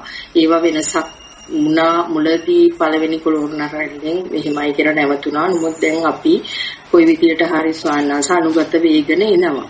ඉතින් ඒම බලද්දි ස්වාමීන් වහන්සේ අපේ මේ වැඩ කටයුත්තකටම ඔබ වහන්සේගේ මේ යන මේ අනිසිත විහරණය සම්බන්ධයෙන් ධර්ම සාකච්ඡාව තුළින් අපිට ස්වාමීන් වහන්සේ ඇත්ත වශයෙන්ම කිසිම ඇලීමක් ගැටීමක් නැතුව මේ ජීවිතයේ එදිනෙදා ලෞකික ජීවිතයේ එදිනෙදා තියෙන සිදුවීම් කරගෙන යන්න මට නම් ස්වාමීන් වහන්සේ මහත්ම විදියට උපකාරී වෙලා තියෙනවා.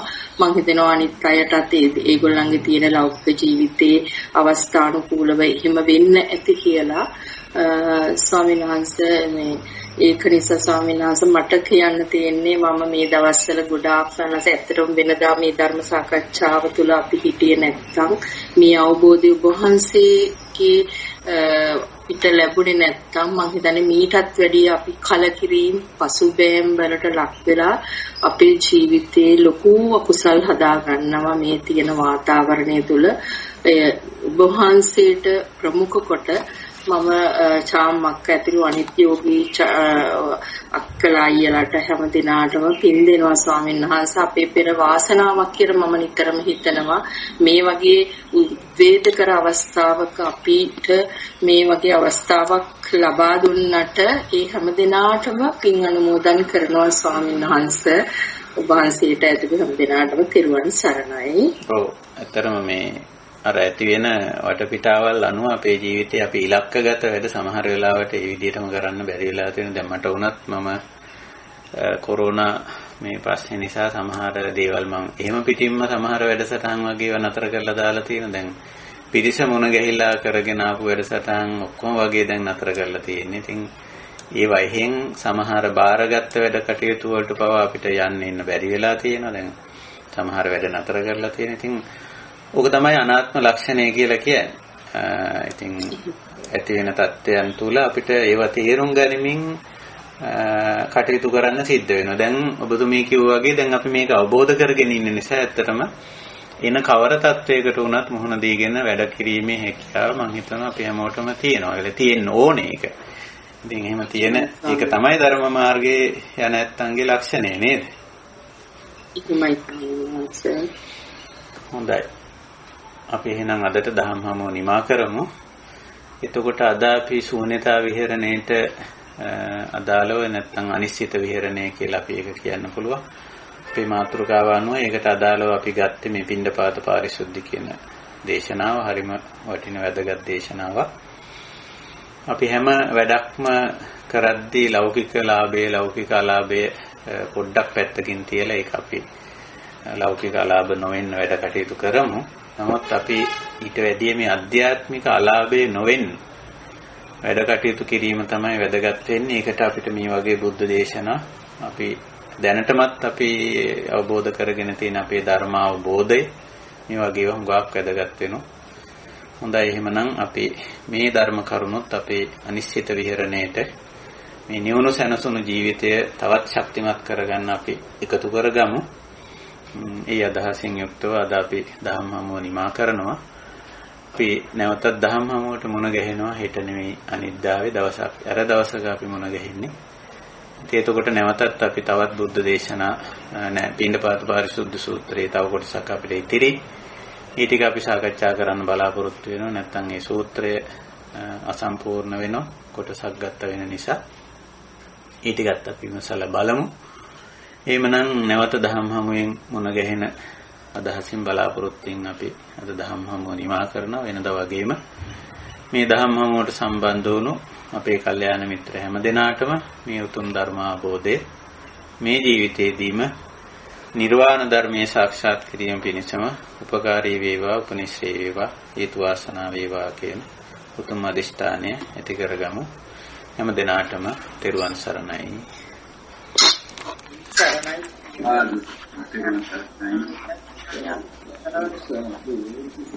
සර්ණයි හැමදෙනාටම සුවපත් වේවා.